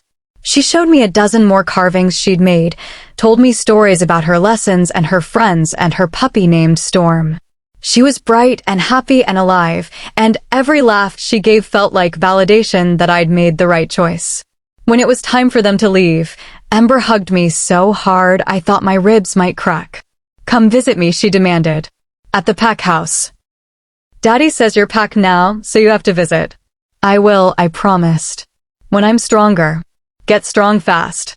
She kissed my cheek with the unself-conscious affection of a child who'd never learned to fear touch. I want to show you my room and my puppy and everything. Magnus carried her out, but before he left, he turned to me. Take your time recovering, he said. But Rowan, we need to make a decision soon about your future. The other packs are asking questions. Rumors are spreading about Ashwood's exiled healer, who survived the Hollow Grounds. We can't keep you hidden forever. I know. 3 more days, he said. Then I'll need an answer. Will you accept the blood debt and become Ironwood's Luna? Or will you choose another path? After they left, I sat by the fire with Corvus and Iris, the weight of the decision pressing down on me. What do you want to do? Corvus asked gently. I don't know. I turned the wooden wolf Ember had given me over in my hands. Part of me wants to accept. To have a home again, a purpose, a pack that won't exile me for showing mercy. But another part. I stopped. Another part remembers that you're Ashwood-born, Iris finished. That your mother is still there. That despite everything, you have roots in that soil. Voss tried to kill me. He sentenced me to torture and exile. I should hate Ashwood. Should want nothing to do with them. Should doesn't mean you do, Corvus said. He was right. Despite everything, I still loved Ashwood. Still remembered running through those forests as a young wolf. Still remembered my mother's cottage and my mentor's teachings and the wolves I'd healed over the years. Voss had broken my heart, but he hadn't erased my history. There might be another option, Iris said carefully. One that doesn't force you to choose between packs. What? She looked at Corvus, something passing between them. He nodded. The Moon Council, she said. They don't just observe pack politics. They can intervene when the situation calls for it. And Rowan, your situation definitely calls for it. What kind of intervention? A trial, Corvus said. Under ancient law, when a wolf status is disputed by multiple packs, they can request the Veil of Trials. It's a mystical test that proves whether you're worthy of the power you claim. If you pass, you earn the right to choose your own fate. No pack can force you to join them, no debt can bind you without consent. And if I fail? Then you belong to whoever has the strongest claim. In your case, that would be Ironwood through blood debt. It was a gamble. But it was also a chance at real freedom. What does the trial involve? I asked. The veil is different for everyone, Iris explained. It manifests your deepest fears, your greatest regrets, your core wounds. You have to face them, overcome them, integrate them. It's not a physical battle. It's a spiritual one. After 6 months in the Hollow Grounds, I don't think anything can scare me anymore. Corvus's expression was sad. The veil doesn't care what you've endured. It finds what hurts most and makes you confront it. Warriors have broken. Alphas have failed. It's not about strength of body. It's about strength of spirit. But if I pass, I'm free? If you pass, you prove you're Lunaborn beyond any doubt. You gain the right to form your own pack, or join one by choice, or walk alone. The decision becomes yours and yours alone. I looked at the wooden wolf in my hands. Thought about Ember's smile and Magnus' kindness and the blood debt that bound me. Thought about my mother and Ashwood and the pack that had raised me and the alpha who'd betrayed me. Thought about the Luna marks on my spine and the power awakening in my bones and the possibility of being more than just a victim of circumstance. I want to do it, I said. I want to request the trial. Corvus and Iris exchanged glances. Are you sure? Iris asked. You're still recovering. Your wolf is still fractured. The trial will push you to your absolute limits. I'm sure. I met her eyes. I didn't survive 6 months of hell just to let someone else decide my future. If I'm really Lunaborn, I'll prove it. And if I'm not, I shrugged. Then at least I'll know. Spoken like a true Luna, Corvus said softly. The next day, messengers went out to both Ashwood and Ironwood territories. The message was simple. Rowan Thorne, exiled healer and blood-bonded to Ironwood, requests the veil of trials under ancient Moon Council law. All interested parties are summoned to witness. The response came within hours. Alpha Magnus, granted. I will attend as witness. Alpha Voss, granted. This should be interesting. The trial was set for 3 days hence, at the ancient Moon Circle in neutral territory. The place where Pack Alphas had been crowned for 1,000 years, where the Moon Council's power was strongest, where the veil between worlds was thinnest. Those 3 days passed in a blur of preparation. Iris taught me meditation techniques to strengthen my mental defenses. Corvus drilled me on Luna bond theory, making me practice reaching for connections until I could do it in my sleep. I ate as much as my recovering stomach could handle, trying to build up any reserve of strength. And at night, I dreamed. Not of the hollow grounds this time. Not of pain and starvation and madness. I dreamed of a silver wolf standing at the entrance to a dark forest, her eyes ancient and knowing. The veil will show you truth, she said in that voice that resonated in my bones. Truth about yourself, about your choices, about what you're becoming. Don't run from it. Don't hide. Face it with the same courage you showed when you saved that child. What if I'm not strong enough? I asked. Strength isn't about never breaking, she said. It's about choosing to rebuild. You've already proven you can do that. Now prove it to yourself. On the morning of the trial, I woke before dawn. Corvus was already up, staring out the window at the pre-dawn darkness. Nervous? I asked. Terrified. He turned to look at me. Not for myself. For you. The veil breaks wolves, Rowan. I've seen it happen. Strong wolves, confident wolves, wolves who thought they had nothing left to fear. And the veil found their weakness and shattered them. I went to stand beside him. Then I guess I'll have to be stronger than I think I am. You already are. He touched my shoulder, careful to avoid the Luna marks. But just in case, I need you to know something. What? If you fail today, if the veil breaks you or you don't pass the trials, I'll still be here. I'll still help you, still protect you, still believe in you. His voice was rough with emotion. You don't have to earn my loyalty, Rowan. You already have it. Something warm bloomed in my chest. I turned to face him fully, and we stood so close I could feel the heat of his body. Corvus, I started. Don't. He stepped back, his expression pained. Don't say anything you might regret. Wait until after the trial. When you're free and whole and ready to make real choices. Then we can talk about this. He gestured between us at the connection we'd been dancing around for days. I wanted to argue. Wanted to tell him that I already knew how I felt, that waiting wouldn't change anything. But he was right. I needed to face the veil with a clear mind, not distracted by feelings I was only beginning to understand. After the trial, I agreed. We traveled to the Moon Circle at mid-morning. It was a tower walk, and by the time we arrived, I was already exhausted. My body still wasn't strong enough for extended physical exertion. The Moon Circle was exactly as the stories described, a perfect ring of standing stones, each one carved with ancient symbols that glowed faintly even in daylight. The grass inside the circle was impossibly green, lush, and healthy despite winter's grip on the surrounding forest. And in the center stood a stone altar, smooth and worn from centuries of use.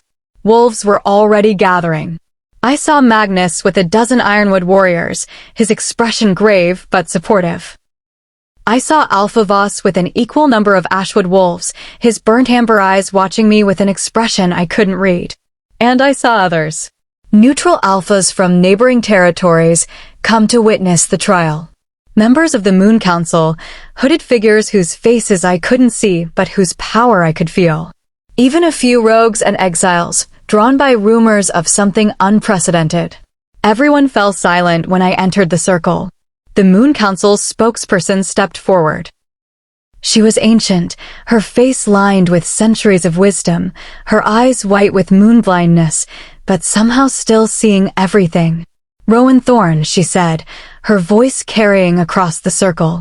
"You stand before the Moon Council accused of betraying your pack, bound by blood debt to another, and claiming Lunaborn status that would make you free of both obligations. Do you understand the stakes of this trial?" "I do," I said. "The Veil of Trials will test 3 aspects of your spirit. First, your conviction. Will you stand by the choices that brought you here? Second, your strength. Can you endure what must be endured? Third, your vision. Do you see the path forward clearly?" She raised her hands, and the standing stones began to glow brighter. "If you pass all 3, you will be recognized as Lunaborn with all rights and privileges. If you fail even one, you will be bound by the Council's judgment." "I understand." She stepped back. "Then enter the veil. Face yourself. And may the Moon Goddess guide you." The air inside the circle began to shimmer. Reality twisted, warped, and suddenly I was standing in a forest I recognized. Ashwood territory. The exact spot where I'd found Ember dying in the snow. The first trial had begun. The forest was exactly as I remembered.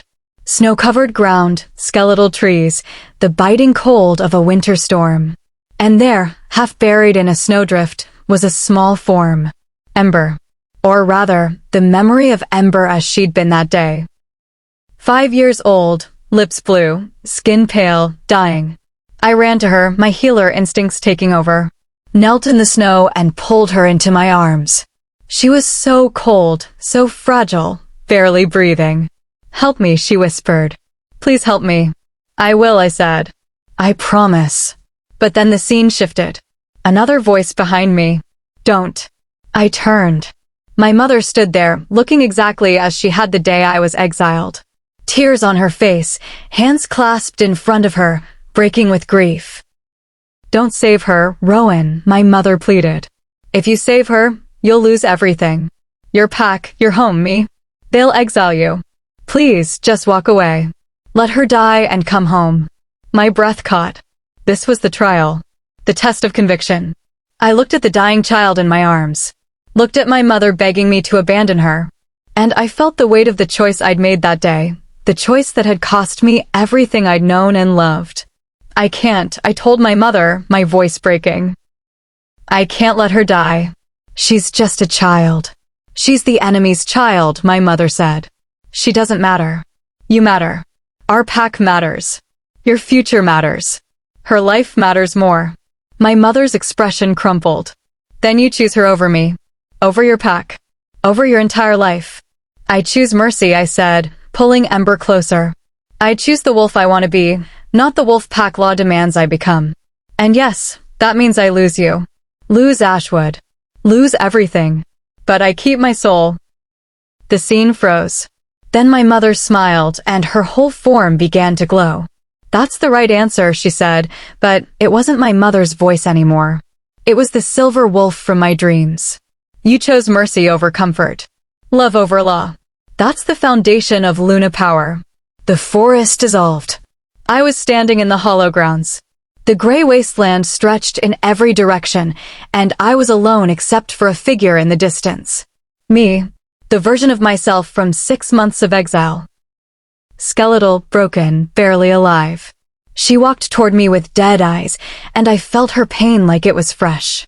The burning spine, the constant hunger, the slow fracturing of sanity. "Look at what you became," she said. "Look at what your mercy cost you. The second trial. Strength." "I know what it cost," I said. "Do you?" She laughed, bitter and broken. 6 months of torture. 6 months of wanting to die but being too stubborn to give up. 6 months of eating insects and drinking poison and watching your mind crack apart piece by piece. Was it worth it? Was that child's life worth this? She gestured at her emaciated body, at the visible madness in her eyes. "Yes." "Liar." She stepped closer. You wanted to die every single day. You begged the moon goddess to let you die. You prayed for death so much you forgot what living felt like. Don't pretend you're some noble hero who suffered gladly. You suffered because you were too weak to end it. The words hit like physical blows because they were true. I had wanted to die in the hollow grounds. Had begged for it. Had fantasized about it on the worst days when the pain was unbearable and the loneliness was crushing and the future stretched out endlessly gray. You're right, I said. I did want to die. I did beg for it. I was weak and broken and barely holding on. Then how can you claim to be strong enough to be Luna? She demanded. How can you lead anyone when you couldn't even lead yourself out of despair? I looked at this broken version of myself, at the evidence of everything I'd endured, and I felt something shift in my chest. Because I survived anyway, I said quietly. I wanted to die, but I didn't. I was broken, but I kept myself together just barely, just enough. Every morning I woke up in that hell, I had to choose to keep going. And I did. For 6 months, I chose survival over surrender. That's not weakness. That's the strongest thing I've ever done. I stepped forward, closing the distance between us. You're not my shame, I told my broken self. You're my proof. Proof that I can endure anything. Proof that hope exists even in hell. Proof that I'm stronger than I ever knew.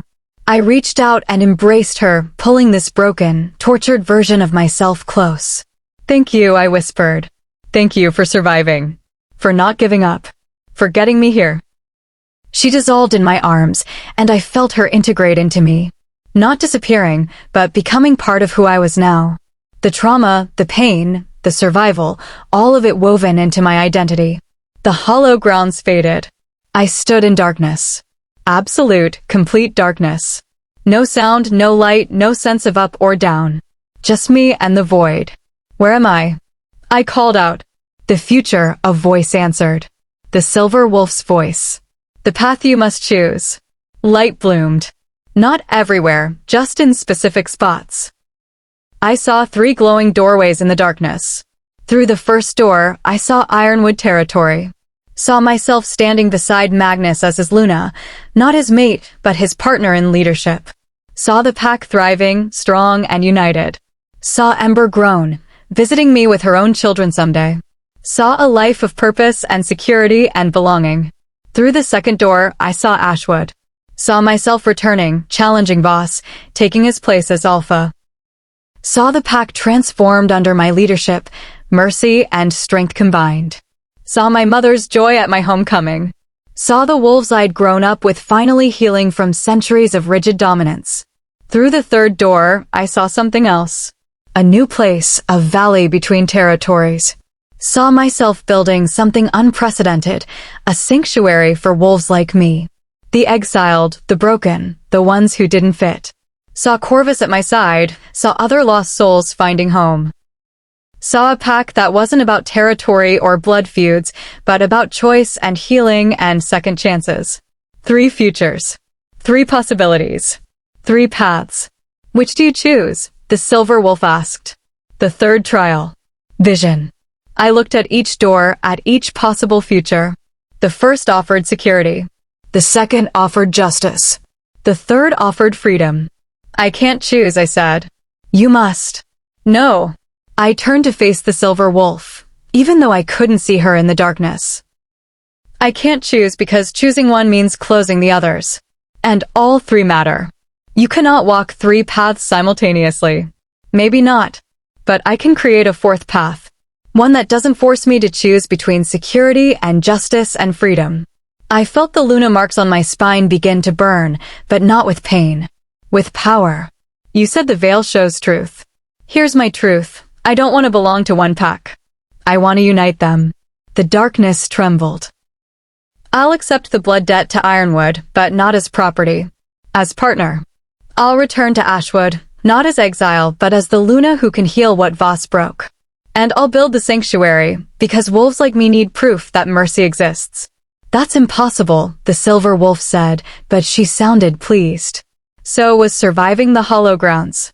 So was shifting despite the mark of betrayal. So was standing here now, facing the veil. I raised my voice. I am Rowan Thorne. I am the healer who chose mercy. I am the exile who refused to break. I am Lunaborn, and I will not be limited by anyone's idea of what's possible. Light exploded. All 3 doors burst open simultaneously, their paths merging, combining, creating something new. A vision of the future where packs worked together, where blood feuds ended, where wolves like me had choices, where mercy was strength and sacrifice was power. The veil shattered. I was back in the moon circle on my knees, gasping. Corvus was beside me immediately, his hands on my shoulders. Rowan? Are you okay? I looked up at the assembled wolves. Every eye was on me, and I saw shock on every face. The Moon Council's spokesperson stepped forward, her white eyes wide. In 300 years of trials, she said, her voice shaking, I have never seen anyone break the veil itself. You didn't choose a path. You created one. She knelt in front of me, and every member of the Moon Council followed suit. Rowan Thorne, you have passed the trials. You are Lunaborn. You are free. The circle erupted. Some wolves howled in celebration, others in shock, a few in what might have been fear. But I barely heard them. I was staring at Alpha Voss, who stood at the edge of the circle with an expression I'd never seen before. Respect. Chapter 6. The Challenge. The Moon Council gave me an hour to recover before the formal declarations began. I sat on the grass inside the circle with Corvus, drinking water and trying to process what had happened. My body felt wrung out, every muscle trembling with exhaustion. But my mind was clear, clearer than it had been in months. You really just rewrote ancient trial law, Corvus said, something like awe in his voice. The veil is supposed to force a choice. No one has ever refused to choose before. I didn't refuse, I said. I just refused to accept the limitations. That's very Luna of you. He smiled. Iris is going to be insufferable about being right. I laughed, then winced as the movement pulled at sore muscles. What happens now? Now you tell everyone what you saw. What you want. The council will recognize your vision and grant you the authority to pursue it. He hesitated. But Rowan, uniting packs, ending blood feuds, building a sanctuary, that's not going to be easy. Alphas don't give up power willingly. Then I'll have to convince them it's not about giving up power. It's about choosing something better. The Moon Council's spokesperson, whose name I'd learned was Elder Miriam, called everyone back to the circle. The wolves gathered, Ironwood on one side, Ashwood on the other, neutral packs scattered between. The tension was thick enough to taste. Miriam raised her hands for silence. Rowan Thorne has passed the veil of trials and proven herself Lunaborn, she announced. By ancient law, she has earned the right to declare her path. All pack debts and obligations are suspended pending her decision. She gestured for me to stand. I did, my legs shaking but holding. Corvus stood with me, a silent support at my side. I've been asked to choose, I said, my voice carrying across the circle. Between Ironwood and Ashwood. Between blood debt and blood ties. Between security and justice and freedom. I looked at Magnus. Alpha Magnus, you claim me through blood debt because I saved your daughter. That debt is real and I honor it. But I won't be your property. I won't be bound to Ironwood out of obligation. His expression didn't change, but I saw him tense. I turned to Voss. Alpha Voss, you exiled me for breaking pack law. You sentenced me to torture and death in the Hollow Grounds. You tried to eliminate me before Magnus could claim the blood debt. That betrayal is real and I acknowledge it. Voss's burnt amber eyes narrowed, but he didn't speak. But here's what I learned in the Veil, I continued. Choice isn't about picking sides. It's about creating something new. So I'm not choosing between packs. I'm choosing to unite them. Murmurs rippled through the crowd. The blood feud between Ashwood and Ironwood has lasted 200 years, I said. 2 centuries of death and hatred and wolves killing wolves over grievances no one even remembers anymore. That ends now. You can't end a blood feud, one of the Ashwood warriors called out. Only alphas can declare peace. Then I'll make the alphas declare it. I looked at Voss directly. Alpha Voss, I challenge you. Not for your territory. Not for your pack. For your leadership philosophy. I challenge you to prove that cruelty is stronger than mercy. The circle went silent. Voss stared at me for a long moment. Then he laughed, sharp and bitter. You challenge me, he repeated. An Omega. A healer. Someone I exiled 6 months ago. A Luna, I corrected. Someone who survived what you designed to kill them. Someone who proved mercy is strength, not weakness. Yes, Alpha Voss, I challenge you. Challenges are physical combat. You can barely stand. Then this won't be a traditional challenge. I stepped forward. I don't want to fight you with claws and teeth. I want to fight you with truth. Luna combat. Battle of wills and visions. Miriam intervened. Luna combat is ancient law. Rarely invoked, but legal. If Alpha Voss accepts, the challenge is valid. Voss looked at me, calculation in his eyes. He was trying to decide if this was a trap, if I was somehow more dangerous than I appeared. What are the terms? He asked. We each share our vision for Ashwood. Let the pack feel both, experience both, choose which future they want. If they choose yours, I walk away and never return. If they choose mine, you step down and let me lead. You want my pack. I want my pack to be healthy. There's a difference. He studied me for a long moment. Then he smiled, and it was cold. Accepted.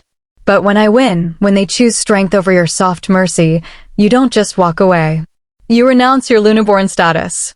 You admit that healing and kindness are weaknesses that have no place in pack leadership. The cruelty of the condition took my breath away. He wanted to break not just my claim to Ashwood, but my entire identity as Luna. Rowan, don't, Corvus whispered. That's too much to risk. I looked at him, saw the fear in his eyes. Then I looked at the assembled Ashwood wolves. Saw my mother in the crowd, her face pale. Saw wolves I'd healed over the years, wolves I'd grown up with, wolves who'd watched me be dragged away to exile. Saw the cost of Voss's leadership written on every face. Accepted, I said. The circle reformed, this time with just Ashwood wolves inside. Voss and I stood at opposite ends, facing each other. Miriam explained the rules. Luna combat is battle of vision and will. Each alpha presents their truth, their vision for the pack. The wolves will feel it through Luna bonds, experience it as if living it. Whichever vision resonates stronger wins. This is not about dominance. It's about connection. She stepped back. Begin. Voss went first. He closed his eyes, and I felt his alpha dominance roll out like a wave. Felt it push into every Ashwood wolf present, forcing them to see his vision. Strength. Order. A pack united through hierarchy and discipline. Wolves knowing their place, following commands without question, surviving through absolute obedience to their alpha. A world where mercy was weakness and strength was everything. Where exiling those who broke laws, even laws that demanded cruelty, was necessary to maintain order. It was powerful. Seductive even. The promise of security through submission, of safety through strength. No questions, no doubts, no messy emotions. Just clear rules and absolute authority. The Ashwood wolves swayed, feeling it. Some were nodding, remembering why they'd followed Voss for so long. Then it was my turn. I didn't have alpha dominance. Couldn't force my vision into their minds. But I had something else. I had Luna bonds. I reached out, not pushing but inviting. Opening myself up and letting the Ashwood wolves feel what I felt. See what I saw. Love. Community. A pack united not through fear, but through genuine care. Wolves valued for who they were, not just what rank they held. Healing prioritized over punishment. Children fed before grain was hoarded. Mercy given because it created strength, not despite weakness. I showed them the hollow grounds. Let them feel 6 months of torture, but also 6 months of choosing hope. Showed them Ember, alive and laughing because one wolf chose compassion over law. Showed them the sanctuary I wanted to build, where exiles could heal, where broken wolves could find purpose again. Showed them that strength and mercy weren't opposites. They were partners. The vision poured out of me, through the Luna bonds I was forging with every Ashwood wolf present. And I felt them respond. Felt their hearts open, their walls crumble, their hunger for something better than endless dominance games. But Voss wasn't done. He pushed back, his alpha power trying to overwhelm my Luna bonds. Showed them weakness, showed them what happened when mercy was given to enemies. Showed them packs that had fallen because their leaders were too soft, too kind, too willing to forgive. We pushed against each other, vision against vision, will against will. The battle wasn't physical, but it was exhausting. Every moment I had to hold open those Luna bonds, maintain the connection, show them the truth without forcing it. And then I felt something unexpected. My mother's presence, joining my vision, adding her memories to mine, showing the pack what it had been like to watch her daughter be exiled for an act of mercy, showing them her grief, her pride, her absolute certainty that I'd made the right choice even though it had cost me everything. Other wolves joined her. The ones I'd healed over the years, adding their gratitude. The younger wolves, adding their hope for something different. Even a few of Voss's own warriors, tired of the constant rigidity, adding their secret desire for change. The Luna bonds grew stronger, multiplied, became a network of connection that Voss's dominance couldn't break. He felt it happening, felt his vision losing ground. And in desperation, he did something I didn't expect. He showed them me. Showed them Rowan Thorne, skeletal and broken in the hollow grounds, mind fractured, barely functional. Showed them weakness embodied. Showed them what mercy had reduced me to. "This is your Luna," he snarled. "This broken thing that couldn't even survive its own choices? This is what you want to follow?" The question hung in the air. And I felt the pack waver. Because he was right. I had been broken. Had been reduced to barely human by the consequences of my mercy. Was still recovering, still weak, still healing from trauma that had nearly destroyed me.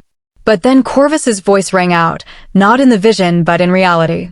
She survived. Everyone's attention snapped to him. "You keep showing them her weakness," Corvus said, stepping into the circle. "But you're missing the point. She was broken, tortured, pushed past every limit. And she survived. Not because she was strong in the way you understand strength, Alpha Voss. Because she was strong in a way you'll never comprehend." He looked at me, his eyes fierce. She chose hope when hope was irrational. Chose mercy when mercy offered no reward. Chose to keep going when giving up would have been easier. That's not weakness. That's the definition of strength. I felt the pack shift. Felt them see me not as the broken exile, but as the survivor. The wolf who'd endured hell and come out still believing in mercy. Voss felt it too. Felt his vision crumbling. In a last desperate move, he tried to use pure alpha dominance to force submission. To make the pack choose him through sheer power. It backfired. Because dominance is about control and Luna bonds are about choice. The harder he pushed, the more the pack resisted. The more they turned toward my vision of connection and care instead of his vision of hierarchy and fear. The battle ended not with a bang, but with a wave of certainty that rolled through every Ashwood wolf present. They chose me. Voss felt it. Saw it in their faces, felt it in the air. His vision had lost. He staggered, the rejection hitting him like a physical blow. An alpha's power comes from their pack's belief. When that belief transfers to someone else, it's like having your foundation ripped away. Miriam stepped forward. The pack has chosen. Rowan Thorne's vision resonates stronger. By the laws of Luna combat, Alpha Voss, you must step down. For a moment, I thought he'd refuse. Thought he'd fight physically, try to use force to maintain power. Instead, he did something I never expected. He laughed. It was bitter and broken, but genuine. 20 years, he said. 20 years I've led through strength and discipline and absolute control. And you defeated me in 20 minutes with compassion and hope. He looked at me, really looked at me, and I saw something crack in his expression. I was wrong, he said quietly. About you. About mercy. About everything. He knelt. Every Ashwood wolf gasped. Alphas didn't kneel. Not to anyone, not ever. I yield, Voss said. Not because you forced me. Because you showed me what I've been too blind to see. Strength without mercy is just cruelty in disguise. Tears stung my eyes. I don't want you to yield, I said. I want you to learn. To stay and see what Ashwood can become when we lead with both strength and compassion. You'd let me stay? After everything I did to you. You sentenced me to hell. But that hell made me into this. I touched the Luna marks on my spine. I can't regret what made me who I am. And I won't punish you for being what your pack needed you to be at the time. I extended my hand to him. Stay, I said. Be my beta. Help me transform Ashwood into something better. Prove that wolves can change, that mercy can heal even the deepest wounds. He stared at my hand for a long moment. Then he took it. And I felt the first real Luna bond with Ashwood form. Not forced through dominance, but chosen through mutual respect. The pack erupted in howls. Some celebrating, some crying, all of them feeling the shift in power, the transformation from alpha-ruled to Luna-led. I looked across the circle at Magnus. He was smiling. One down, he called out. Now about Ironwood. Chapter 7. The Choice. The celebrations lasted through the night, but I couldn't fully participate. My body was done. Between the Veiled trials and the Luna combat, I'd used every scrap of energy I had. Corvus carried me back to the watchtower, refusing to let me walk even though I protested I was fine. Behind us, plans were already forming. Ashwood wolves discussing the transition of power, making arrangements to inform the pack members who hadn't witnessed the challenge. You did it, Corvus said as he laid me on the cot. You actually did it. We're not done yet. I closed my eyes against a wave of exhaustion. I still need to deal with Ironwood. And build the sanctuary. And somehow unite two packs that have been killing each other for 200 years. Tomorrow. Tonight you rest. Tomorrow I might not be able to move. Then we'll carry you everywhere. Iris will love having an excuse to fuss over you. I smiled despite myself. Where is Iris? Staying with the Ashwood wolves. She wants to start assessing who needs healing, who's been hurt by Vasa's rigid leadership. She's already making plans. Of course she was. Healers never stopped healing. Corvus, I said, opening my eyes to look at him. Thank you. For what you said during the challenge. For defending me when Vas showed them my weakness. It wasn't weakness. He sat on the edge of the cot. It was survival. And anyone who can't see the difference doesn't deserve to lead. Still, you didn't have to speak up. Could have stayed silent. I couldn't. His hand found mine. Watching him try to use your trauma against you, watching him twist your survival into weakness, I couldn't stay quiet. You deserve better than that. Our fingers intertwined, and I felt that connection between us, stronger now than it had been before. The Luna bond I'd formed with him during training, but also something more. Something that felt dangerously like the beginning of love. I told you we'd talk after the trial, Corvus said quietly. About this. About us. We should probably wait until I'm not half dead from exhaustion. Probably. He smiled. But I also don't want to wait another day to tell you that what I feel for you isn't going away. Isn't a temporary thing born from proximity or shared danger. It's real, Rowan. More real than anything I've felt in 3 centuries. My breath caught. Corvus, you don't have to say anything. Don't have to feel the same. I just needed you to know, before tomorrow when you face Magnus and make decisions about Ironwood, that you have choices. You're not alone. Whatever you decide, I'm with you. I pulled him closer until his forehead rested against mine. I feel it too, I whispered. This thing between us. I don't know what to call it yet. Don't know if it's love or something else. But it's real. And I want to see where it goes. After you've saved the world and united the packs and built your sanctuary. After all that. Yes. He kissed my forehead, gentle and careful. Then rest. Tomorrow, we'll figure out the rest.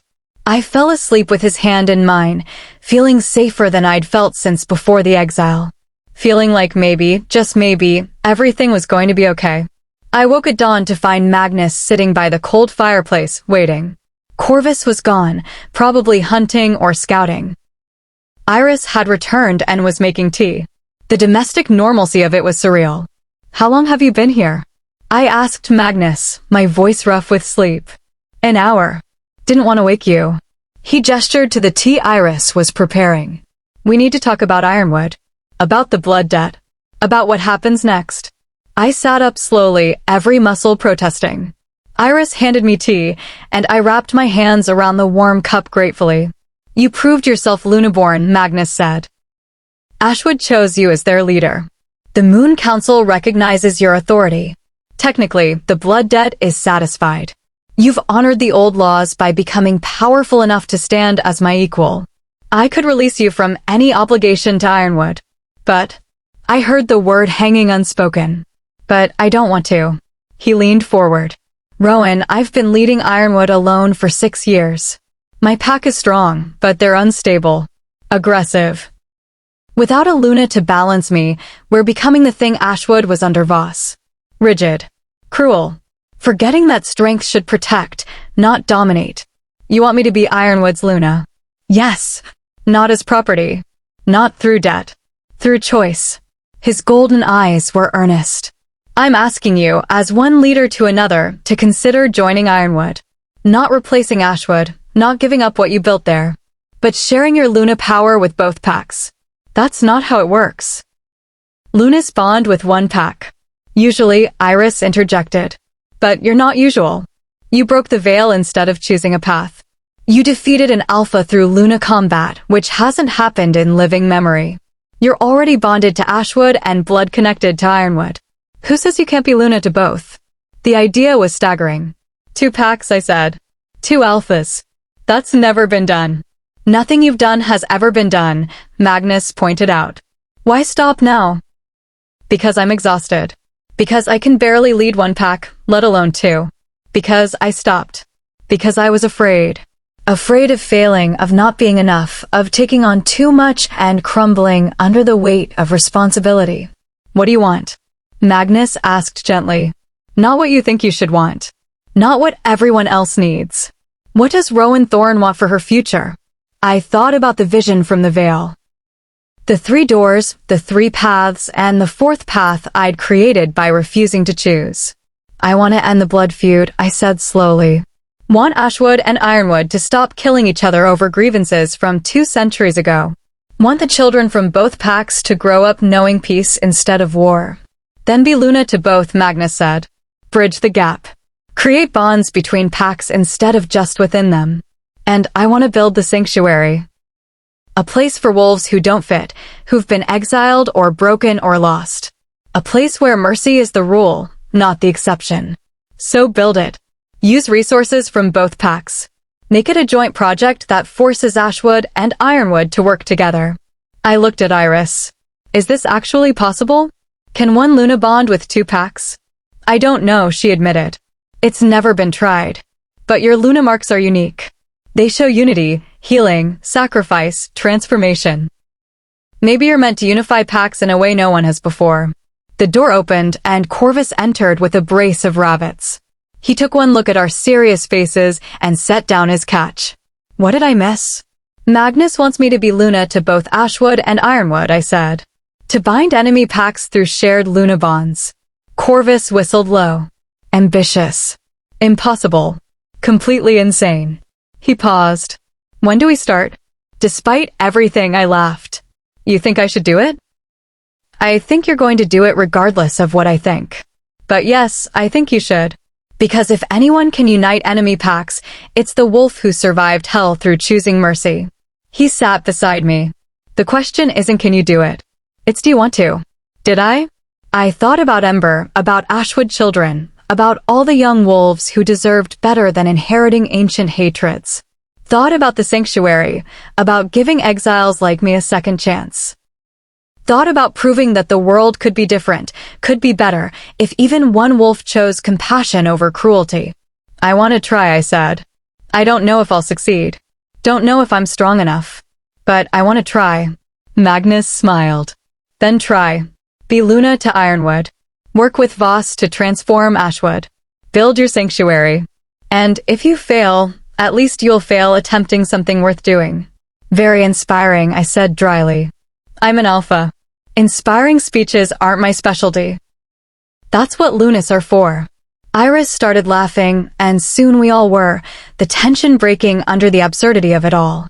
When we'd composed ourselves, Magnus stood. I'll return to Ironwood and inform the pack, he said.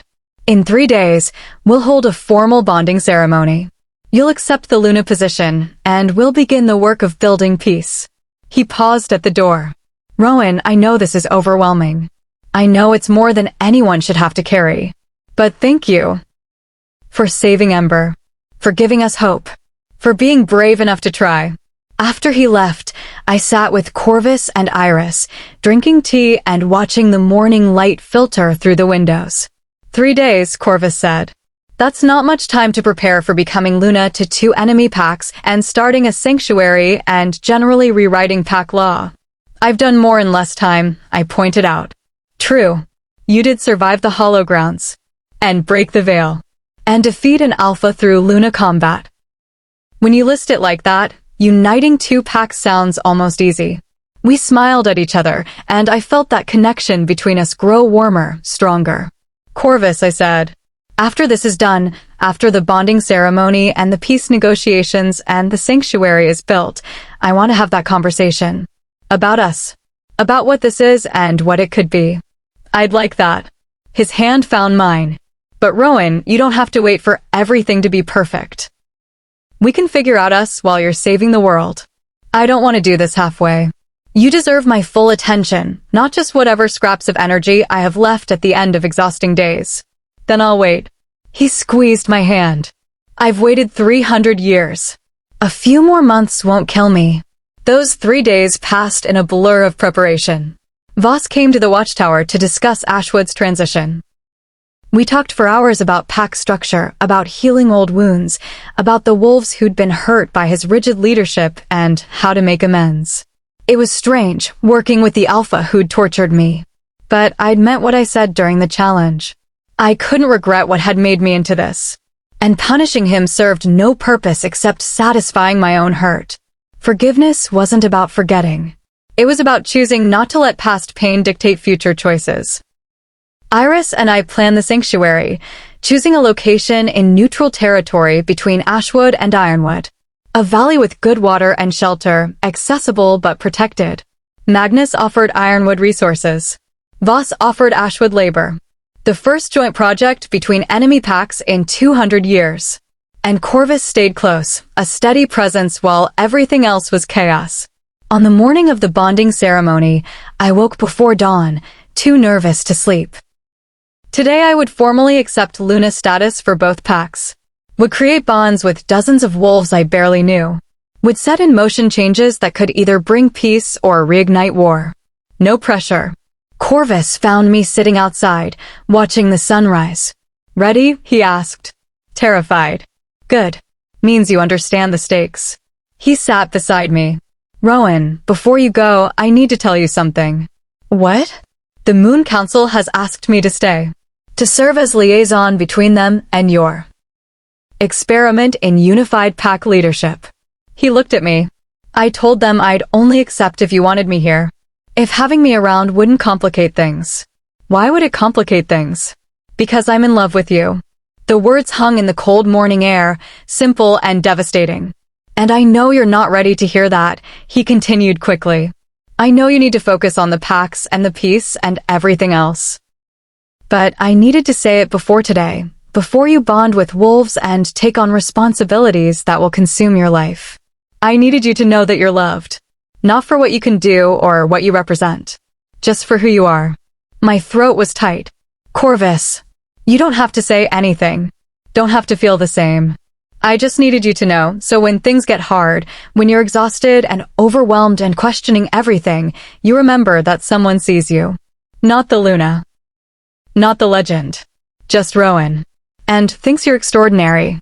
He stood and walked back toward the tower, giving me space to process. I sat there as the sun rose, painting the sky in shades of gold and pink, and felt something settle in my chest. He loved me. This ancient, impossible creature who'd seen centuries of life and loss and pain loved me. And maybe, just maybe, I loved him too. But he was right. Today wasn't about us.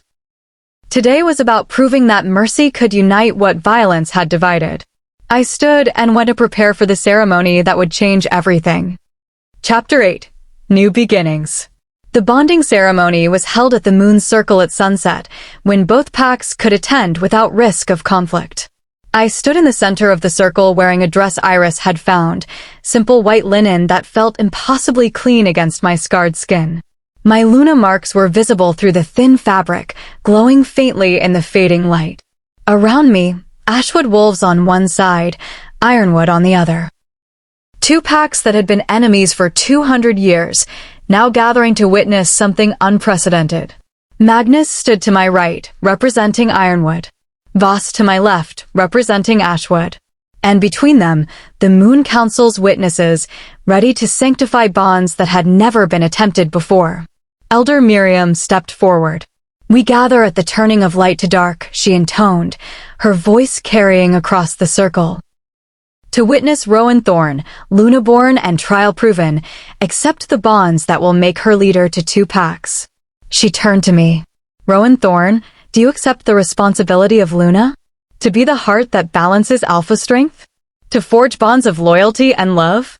To put pack welfare above personal desire?" "I do," I said. "Then reach out. Feel the wolves before you. Invite them into connection." I closed my eyes and did what I'd practiced with Iris. Reached down to where my Luna power lived, to that warm center in my chest where bonds formed. Felt the threads extending from me to every wolf in the circle. This time, instead of connecting with one or two wolves, I connected with all of them. The sensation was overwhelming. Dozens of minds, dozens of hearts, dozens of souls all opening to me at once. I felt their hopes and fears, their grief and joy, their desperate desire for something better than endless war. From Ashwood, I felt relief that Voss's rigid rule was ending. From Ironwood, I felt hope that Magnus would finally have the partner he needed to lead effectively. And from both, I felt the bone-deep weariness of 2 centuries of conflict. The longing for peace. I gathered those feelings, those needs, and I wove them together. Created bonds not just between me and each wolf, but between wolves themselves. Ashwood to Ironwood. Former enemies to future allies. The Luna bonds grew, multiplied, became a web of connections spanning the entire circle. I heard gasps. Felt the moment wolves realized they could sense each other across pack lines. Feel each other's emotions, recognize shared hopes, understand that the enemy they'd been taught to hate was just another wolf trying to survive. The bonds solidified, settled, became permanent. I opened my eyes. Every wolf in the circle was staring at me with wonder. The Luna marks on my spine blazed so bright they cast silver light across the ground. "It's done," Miriam whispered. "She's bound them." Actually bound them together. Magnus knelt first. Then Voss. Then, one by one, every wolf in the circle knelt, acknowledging what I'd become. Luna to 2 packs. Bridge between enemies. Living proof that unity was possible. "Rise," I said, my voice stronger than I'd ever heard it. "All of you rise. You don't kneel to me. We stand together." They stood, and I saw tears on many faces. Saw former enemies looking at each other with new understanding, new possibility. "The blood feud ends tonight," I declared. 200 years of war, of death, of teaching our children to hate. It ends because we choose something better. We choose peace. I looked at Magnus, then Voss. Not peace through dominance. Not peace through one pack surrendering to another. Peace through genuine partnership. Through working together to build something neither pack could build alone. "The sanctuary," Magnus said. "Yes. The first project will be building a place for wolves who don't fit. Who've been exiled or broken or lost. Ashwood and Ironwood working together to prove that mercy is strength." I turned to address both packs. "This won't be easy. 2 centuries of hatred don't disappear overnight. There will be conflicts, disagreements, wolves who refuse to accept change. But through the Luna bonds, you'll feel each other's pain, each other's hope. And maybe that will be enough to choose understanding over violence." Miriam stepped forward. "The Moon Council recognizes these bonds. Recognizes Rowan Thorne as Luna to both Ashwood and Ironwood. Recognizes the peace declared here tonight." She raised her hands, and moonlight flooded the circle, silver and pure and impossibly bright. "By the light of the moon goddess, by the power vested in this council, by the bonds forged this night, let it be known, the blood feud is ended. A new era begins." The packs erupted in howls. Some of celebration, some of grief for what was lost, all of them acknowledging that the world had changed. I stood in the center of it all, feeling the Luna bonds thrumming with life and connection, and for the first time since the mark of betrayal was carved into my spine, I felt whole. The weeks that followed were chaos, but productive chaos. Construction began on the sanctuary. Ashwood wolves and ironwood wolves working side by side, awkward at first, but slowly learning to cooperate. The Luna bonds helped, letting them feel each other's intentions, building trust through shared experience. I split my time between packs, 3 days in Ashwood, 3 in Ironwood, 1 day traveling between. It was exhausting, but necessary. Both packs needed to know their Luna was present, invested, committed. Voss proved to be an excellent beta. He understood Ashwood's structure better than anyone, and he used that knowledge to implement changes smoothly. Wolves who'd been punished under his alpha rule were given opportunities to heal. Omegas were elevated to positions of real authority. The rigid hierarchy began to soften. Magnus was thriving with a Luna partner. Ironwood's aggression mellowed. Disputes were resolved through mediation instead of dominance fights. And Ember was everywhere. Following me around the pack house, asking questions, showing me her puppy, insisting I read her bedtime stories when I stayed overnight. "You're her hero," Magnus told me one evening as we watched her play with other pack children. "She talks about you constantly. The silver wolf who saved her. I'm not silver-furred. You are in her memories. In her dreams. You're the wolf who chose mercy." He smiled. "She wants to be a healer like you when she grows up." The sanctuary took shape slowly. A central hall for gatherings. Individual cabins for residents. A healing house where Iris set up her practice. Gardens that would provide food come spring. Wells for clean water. And wolves started arriving. Exiles who'd heard rumors of a place that welcomed the broken. Rogues looking for pack without the usual dominance games. Even a few wolves from other territories, drawn by the idea of Luna-led community. Corvus stayed, serving as Moon Council liaison, but spending most of his time helping with construction. He was careful to give me space, never pushing for the conversation we'd promised ourselves. But I felt his presence constantly, steady and supportive. 6 months after the bonding ceremony, the sanctuary officially opened. We called it Haven's Hope, and over 50 wolves attended the dedication. Ashwood and Ironwood members, other pack representatives, exiles and rogues, all gathered to celebrate something new. I stood before them, flanked by Magnus and Voss, with Corvus and Iris nearby, and I felt the Luna bonds connecting everyone. Felt the web of care and connection that we'd built together. 6 months ago, I was exiled for saving a child's life, I said. Sentenced to death for choosing mercy over pack law. I should have died in the hollow grounds. Should have broken under torture and isolation and the slow erosion of everything that made me who I was. I touched the Luna marks on my spine, visible through my dress. But I didn't die. I survived. And that survival taught me that our greatest strengths come from our deepest wounds. That mercy isn't weakness. That choosing compassion over cruelty, hope over despair, connection over isolation, those choices don't make us soft. They make us unbreakable. I looked at the assembled wolves, saw faces I'd bonded with, lives I'd touched, wolves who'd been given second chances. Haven's Hope is proof that broken things can be rebuilt. That exiles can find home. That mercy creates strength. Welcome, all of you, to the pack that chooses love. The howls that rose were joyful, celebratory, full of hope. That night, after the celebrations had wound down and most wolves had returned to their territories, I found Corvus sitting by the sanctuary's central fire. "Hey," I said, sitting beside him. "Hey," he smiled. "Hell of a day. Hell of a 6 months. You did it. Actually united enemy packs and built a sanctuary and proved everyone wrong about mercy being weakness. We did it.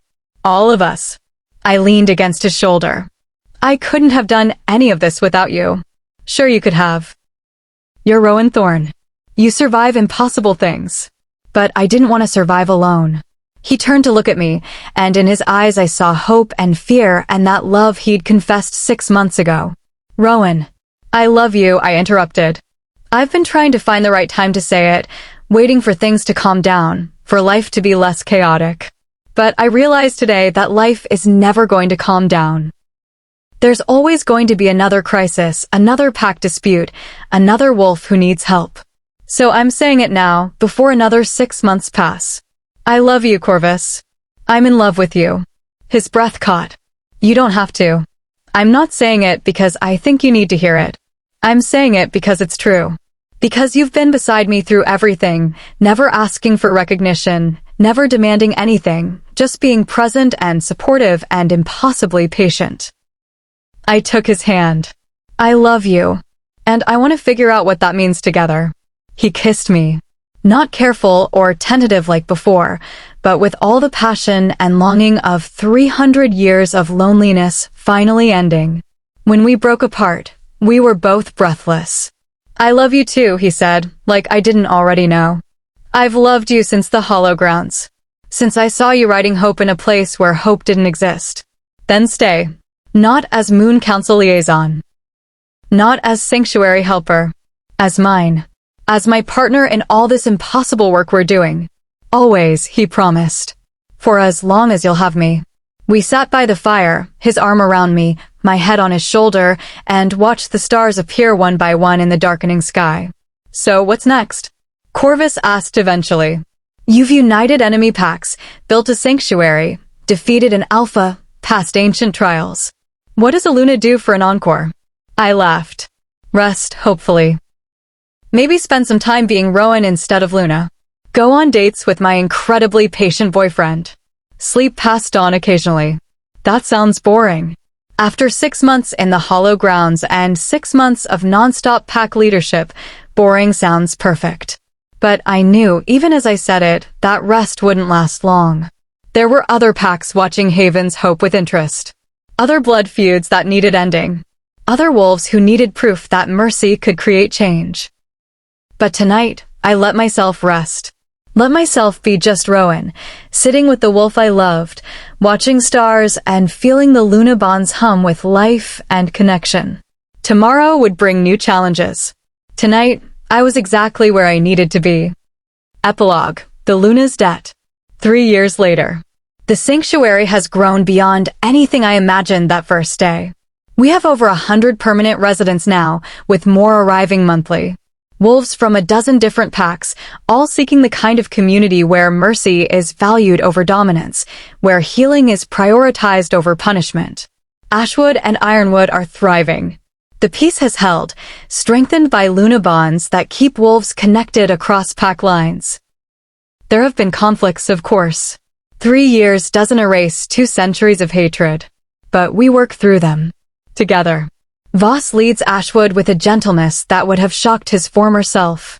He's taken 3 exiles from other packs as his personal responsibility, mentoring them, showing them that strength and compassion aren't mutually exclusive. He'll never be warm, but he's fair. And he hasn't exiled anyone, not once, in 3 years. Magnus found a mate last year, a wolf from a neutral pack who came to Haven's hope seeking shelter after her own pack fell apart. She's everything he needed, fierce and kind, strong enough to challenge him and soft enough to love him. Ember adores her, calls her mama and follows her around the pack house just like she used to follow me. Speaking of Ember, she's 9 now, confident and bright and determined to be a healer. She volunteers at the Sanctuary's healing house every week, learning from Iris, practicing on minor injuries, showing the same compassion that saved her life all those years ago. My mother came to Haven's Hope 6 months after it opened. She lives here now, tending the gardens, teaching young wolves about medicinal herbs. She cried when she first saw the Luna marks fully manifested on my spine, cried and held me and told me she was proud. That was worth everything. The mark of betrayal is still there. Still burns sometimes, reminding me of what I endured. But it's integrated into the Luna marks now, part of the pattern instead of separate from it. My scar tissue became sacred, my trauma transformed into purpose. Corvus and I bonded last year in a private ceremony, just us and the moon goddess and the promise to love each other through whatever comes. He still shifts to Raven sometimes, flying over the sanctuary at dawn, watching over our wolves. But mostly he stays human, stays beside me, steady and patient and impossibly dear. We're talking about pups. Not yet. We're both too busy with pack leadership and sanctuary management. But someday we'll have children who grow up knowing peace instead of war, who learn that mercy is strength from their first breath. Other packs are watching what we've built here. Some with interest, others with suspicion. 2 other blood feuds have approached the Moon Council asking for Luna mediation. The council recommended me. I said yes, because how could I not? If the work I've done can bring peace to even one more pack, it's worth the exhaustion. They say a Luna's debt is never truly paid. That once the moon goddess grants you power, you spend your life in service to that power. But I don't see it as debt anymore. My name is Rowan Thorne. I'm the healer who saved an enemy's child and paid the price. I'm the exile who survived the hollow grounds through sheer stubbornness and hope. I'm the Luna who proved mercy could unite what violence had divided. And I'm Corvus's mate, his partner in building something new. The scar on my spine still burns sometimes, reminding me of 6 months of torture, of the mark of betrayal that should have killed me. But it also glows silver, reminding me of transformation, of power born from pain, of the Luna I became because I refused to let cruelty break my compassion. I look out over Haven's Hope now, watching wolves from a dozen different packs working together in the gardens, training together in the practice grounds, eating together in the central hall. I see Ember teaching a younger wolf how to bandage wounds. See Iris leading a meditation group for wolves healing from trauma. See Corvus organizing a construction crew to build new cabins for incoming exiles. See the impossible made real. 6 months in hell taught me that mercy is the strongest magic of all. That choosing compassion when the world demands cruelty, that's not weakness. That's revolutionary. And I'll spend the rest of my life proving it. The debt is paid. The Luna is free. And the story is just beginning. The end.